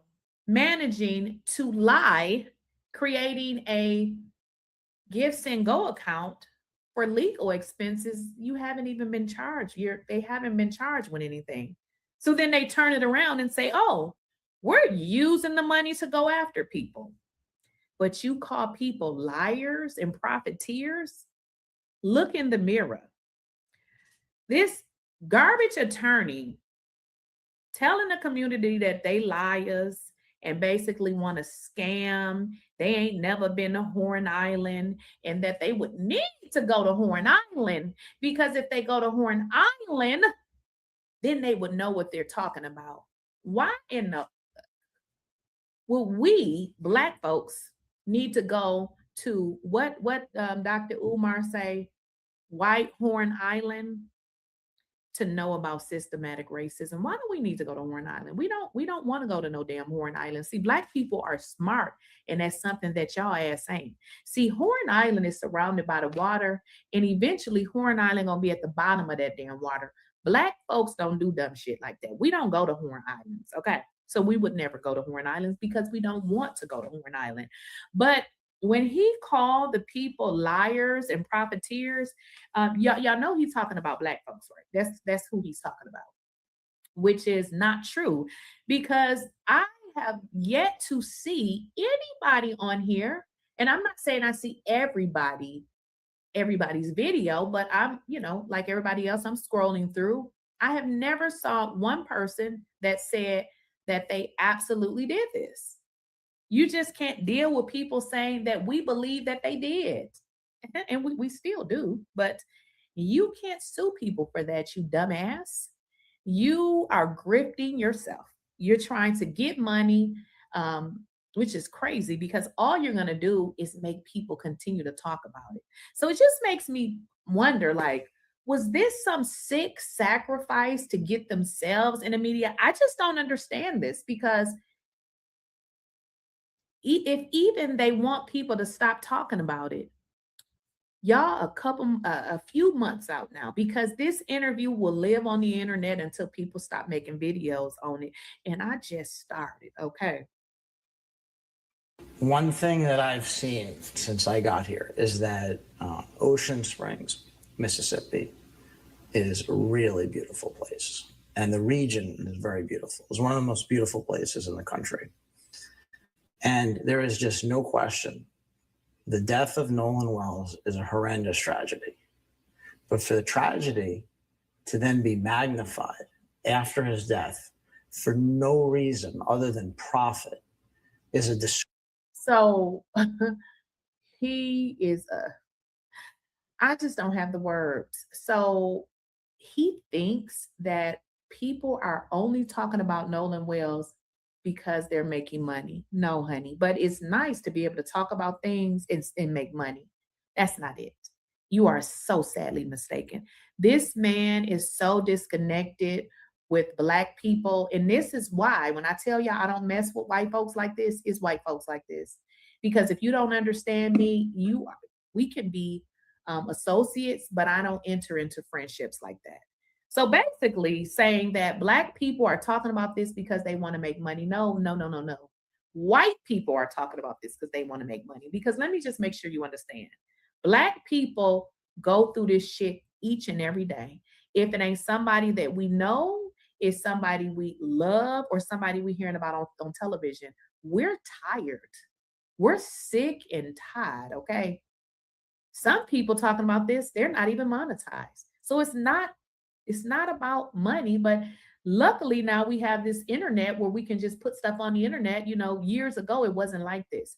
But to say that Black folks is only talking about this because they making money is a total disconnection.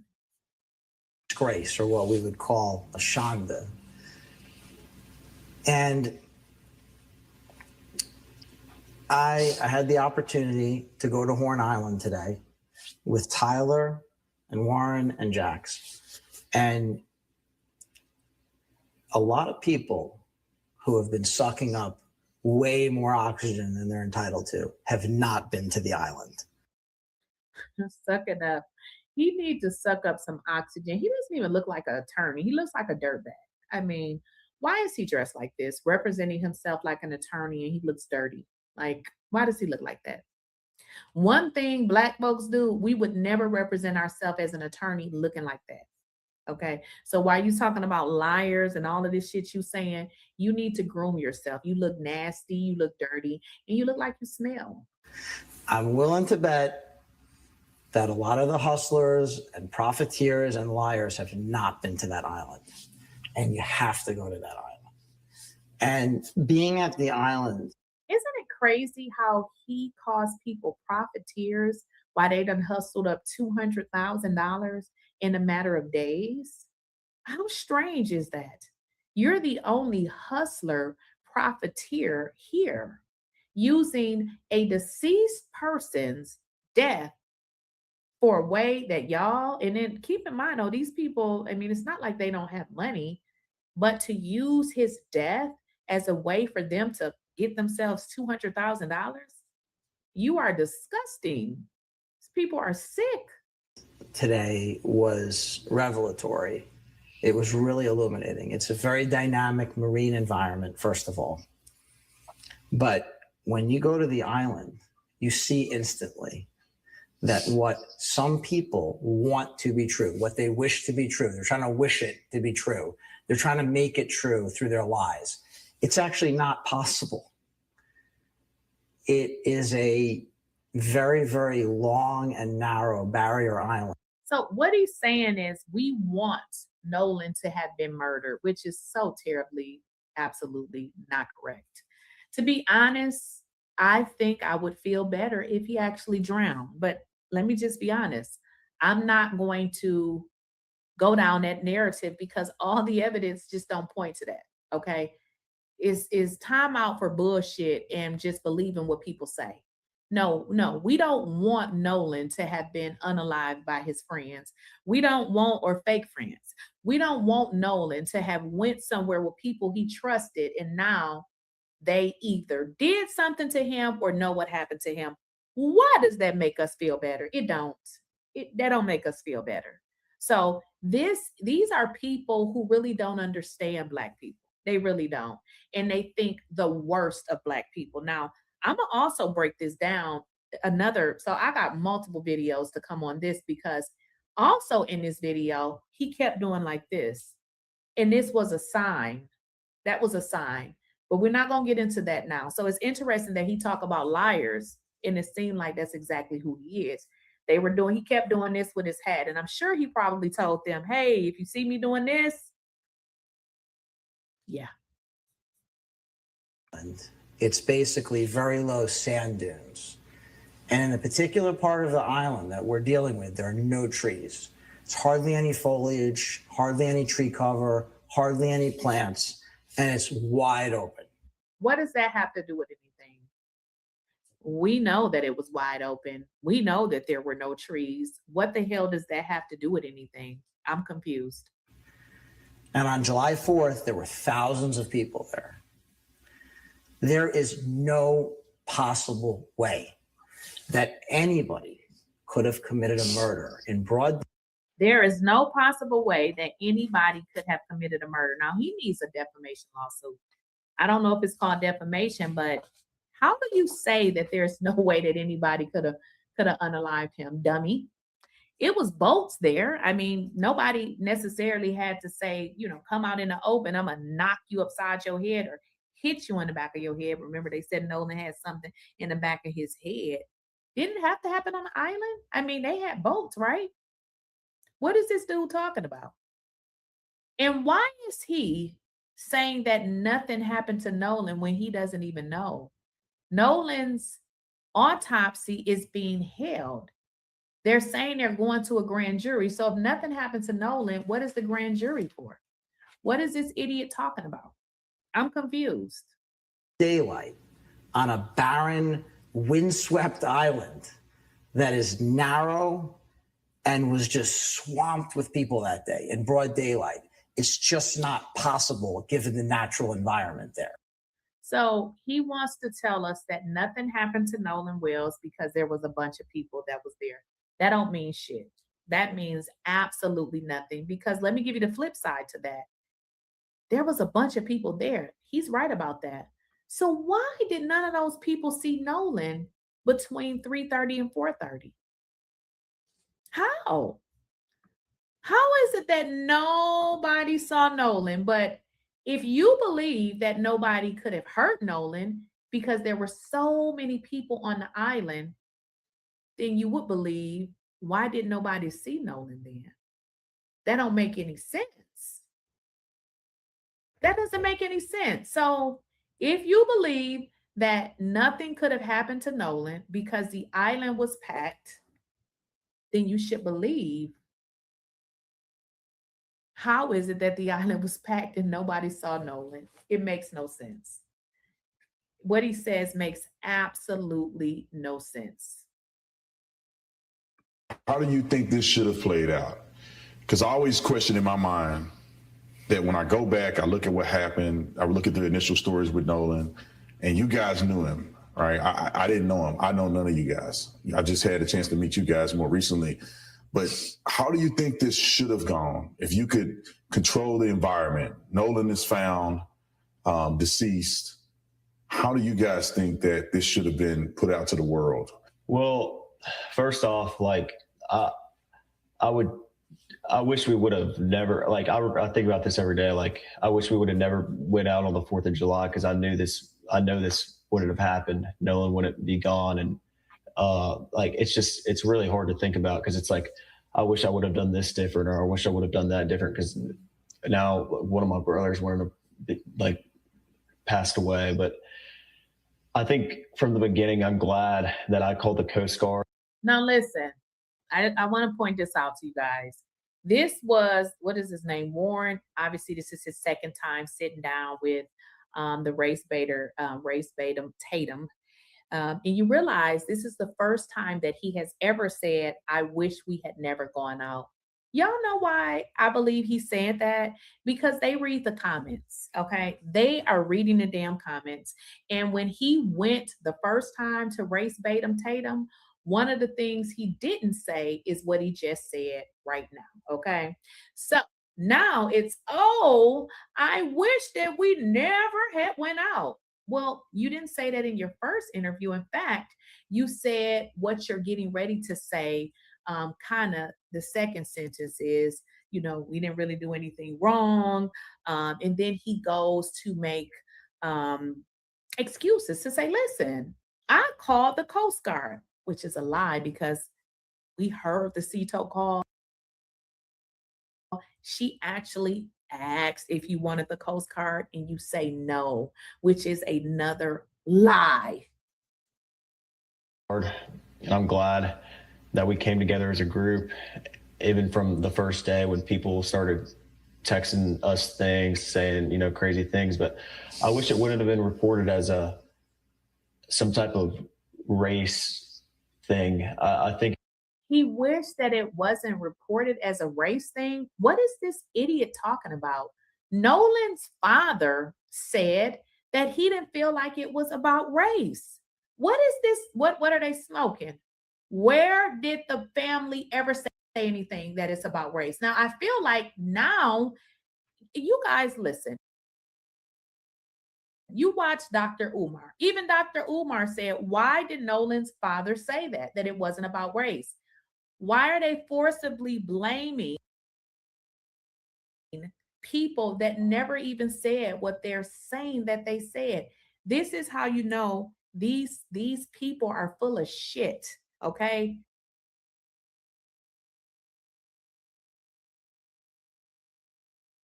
They're not genuine in what they're saying. He wished it hadn't been reported as a race. What does that even mean? What does that even mean? I'm confused. Reported as a race, what? It was reported Nolan went with you guys. I don't understand how you can report something as a race thing. That doesn't make any sense. It's really bad that like people are pushing the narrative, oh, this is a race thing.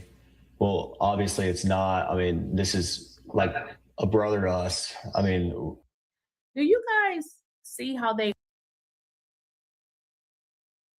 overly use the word brother? But there is nothing that makes it seem that you can actually believe that, you know, Nolan was a brother. What is that all about? I'm inclined to think that that's some kind of code word that we don't know about. Because if they say brother one more time, Nolan's no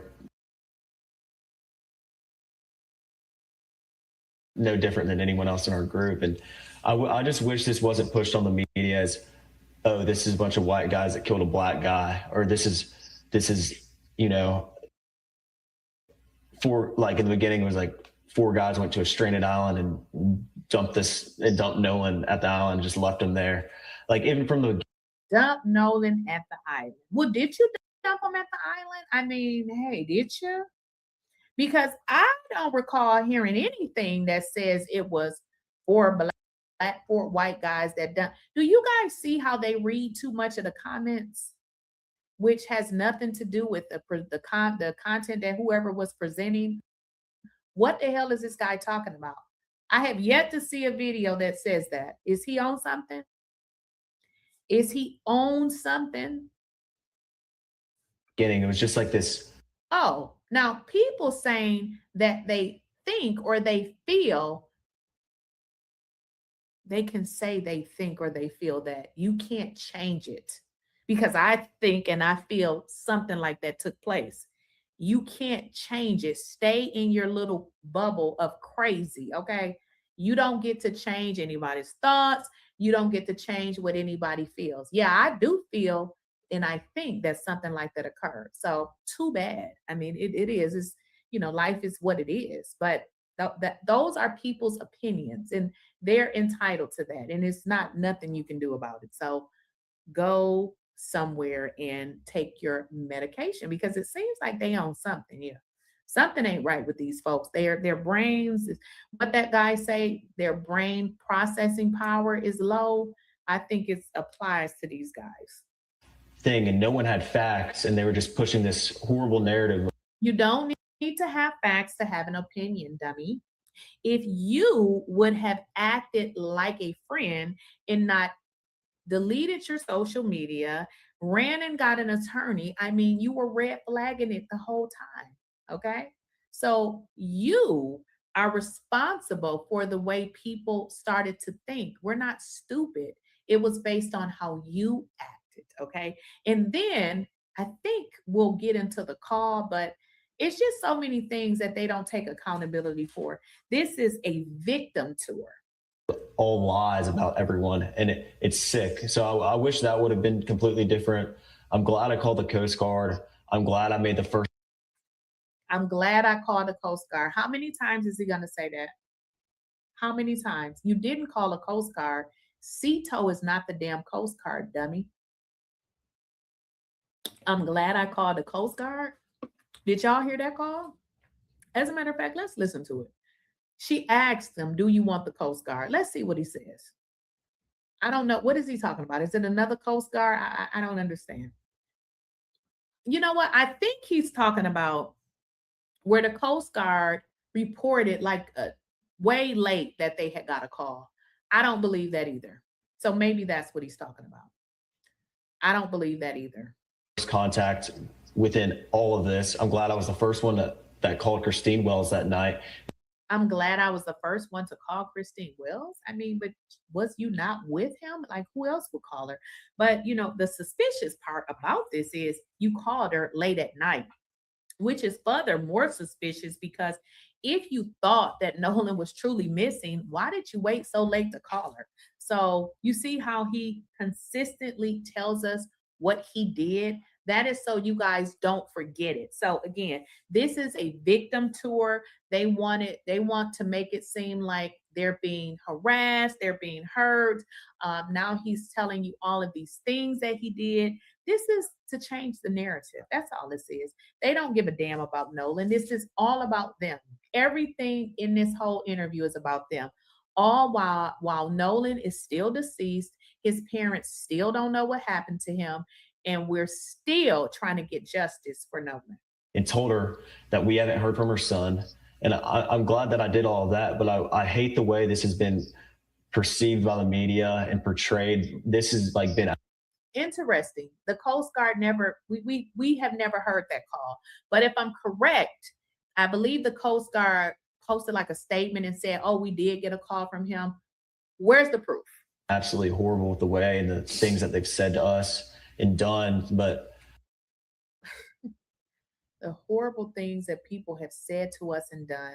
Tell me, why would this be on your mind and so important to you, strangers that's talking about the case, but yet your friend is deceased and you're dragging the mama, talking about what the mother did and all of this.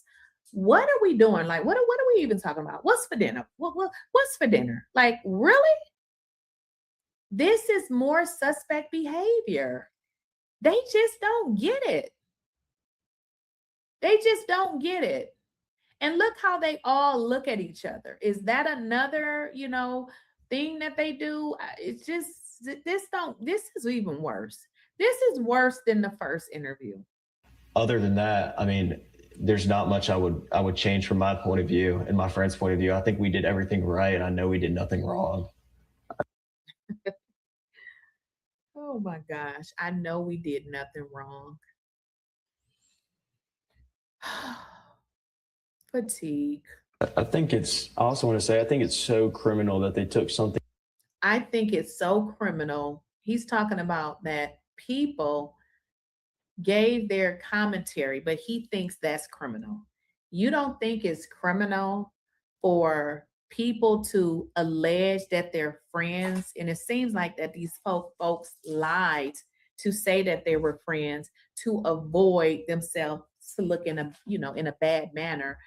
We have a CETO call where it's clear that Nolan was on that boat. Why people are not keeping this in the media, I have no idea. But that they will hold a straight face, continue to gaslight and lie.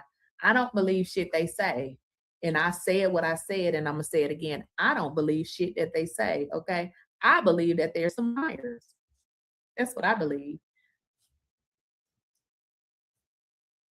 So anti-racist and flipped it into something super racist.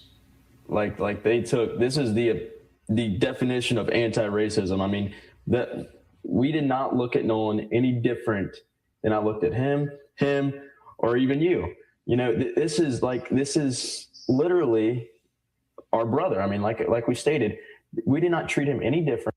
I guess if they die, he don't go to their funerals either. I'm just saying. I mean, what does that even mean? We didn't treat Trayson any different. We don't treat Trayson any different. And they just flipped it. And I just think that is so wild that they're pushing this thing that they're saying, oh, they want to end racism and all this stuff. Well, they're the one pushing it. Y'all heard it. He says, y'all the one pushing it, the Black folks. Well, in this clip, there was a little tad of responsibility taken. Oh, we shouldn't have went out there, but it was overshadowed with, oh, I called the Coast Guard. I was the first one to call Christine. I called the Coast Guard. I was the first one to call Christine, which was repeated over and over. I don't know if he called the Coast Guard. We don't have proof that he called the Coast Guard. We do know in the CETO call, they were asked, do you want the Coast Guard? In which they said no. So I'm not sure what he's talking about. Okay. Not sure what he's talking about. A lot of repetitive language. Then he's, you know, they're talking about Black people, okay? Basically telling Black people, you know, you made it about race. How did we make anything about race? Y'all see what they do? Listen, if you want to know how these folks get down, it's a mechanism that they do. Is to pretend that they're innocent, reverse it on you. They become a victim, okay? Then they start to attack you. Never one time have these nitwits said anything about a mother who's lost her son, had to defend her license, have letters come to her house, but it becomes about them, their mammy, and everything that has happened to them. But they get to wake up in the morning, okay? You see how these people are? Very disgusting individuals. You know, and an interesting thing about it, I was watching a few other people because I wanted to make sure I was right in what I was feeling. Pretty much everybody's saying the same thing. So why is it that we all think the same thing? Like, this didn't help you. Why don't y'all shut the fuck up? Like, seriously, like, we don't want to hear from you anymore. Like, seriously, it's clear that you're never going to tell the truth.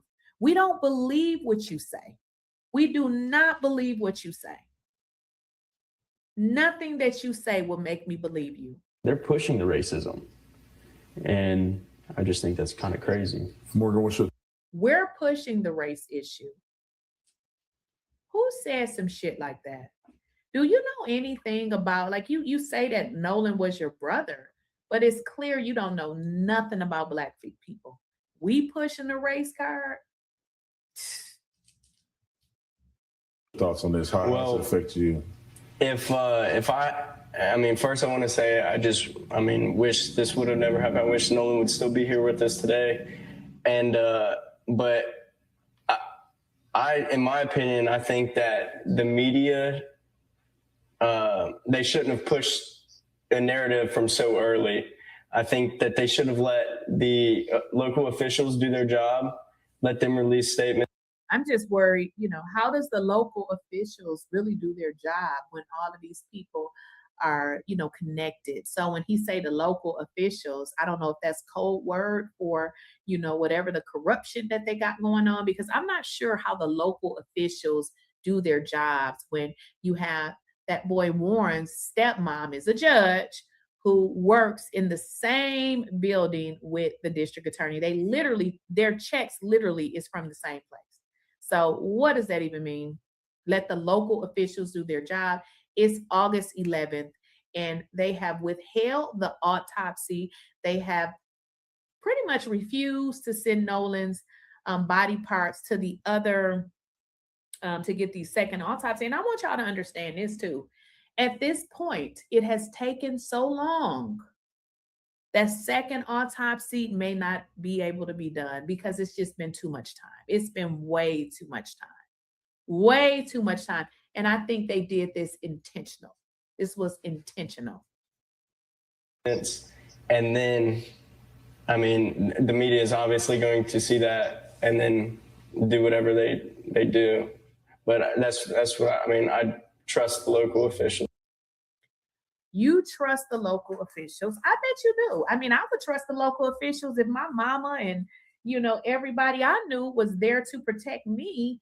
Do y'all see how they have just no shred of responsibility? I mean, it's really exhausting. Like, I don't even know if I can watch part 2. It is extremely exhausting watching those kids. It's extremely exhausting. They show not one shred of remorse for Nolan, but they don't understand how the public don't feel like they were real friends to Nolan. Isn't that just so crazy? They don't understand how we don't believe them. It must be very empty to be them, because every time they open their mouth, we're finding out exactly who they are. Those people are not Nolan's friends. They are not Nolan's friends. Absolutely not. To come against his mother. That interview was sick. It was a very sick interview. I'm going to read some of you guys' super chats. And if some of y'all want to come up and say something, I will drop the link. So let me, and if you guys are just coming in, make sure you're liking the video. Y'all see how they change stuff up on us, huh? Y'all see how they change stuff on us, right? Y'all see how it goes, right?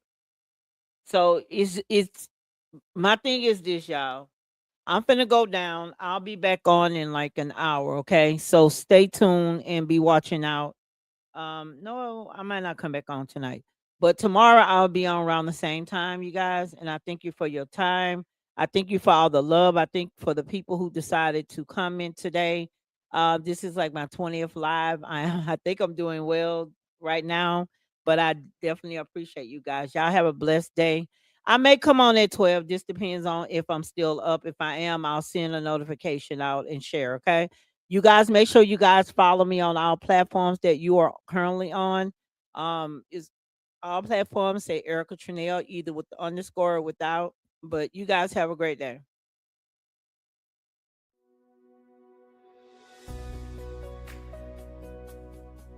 Looking for a K-12 education that goes beyond the textbook, right from the comfort of home? Welcome to a new standard of online learning. Beyond general education, our students dive into specialized virtual labs for real-world job readiness.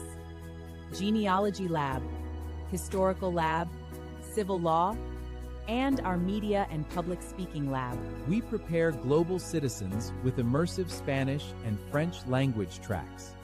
And because we're proudly Florida-based and Step Up certified, families can access the elite education through state scholarship programs. Diverse representation, academic excellence, and career readiness, delivered entirely online, wherever you are. Secure your child's spot today. Secure your child's spot today. Visit our website to enroll.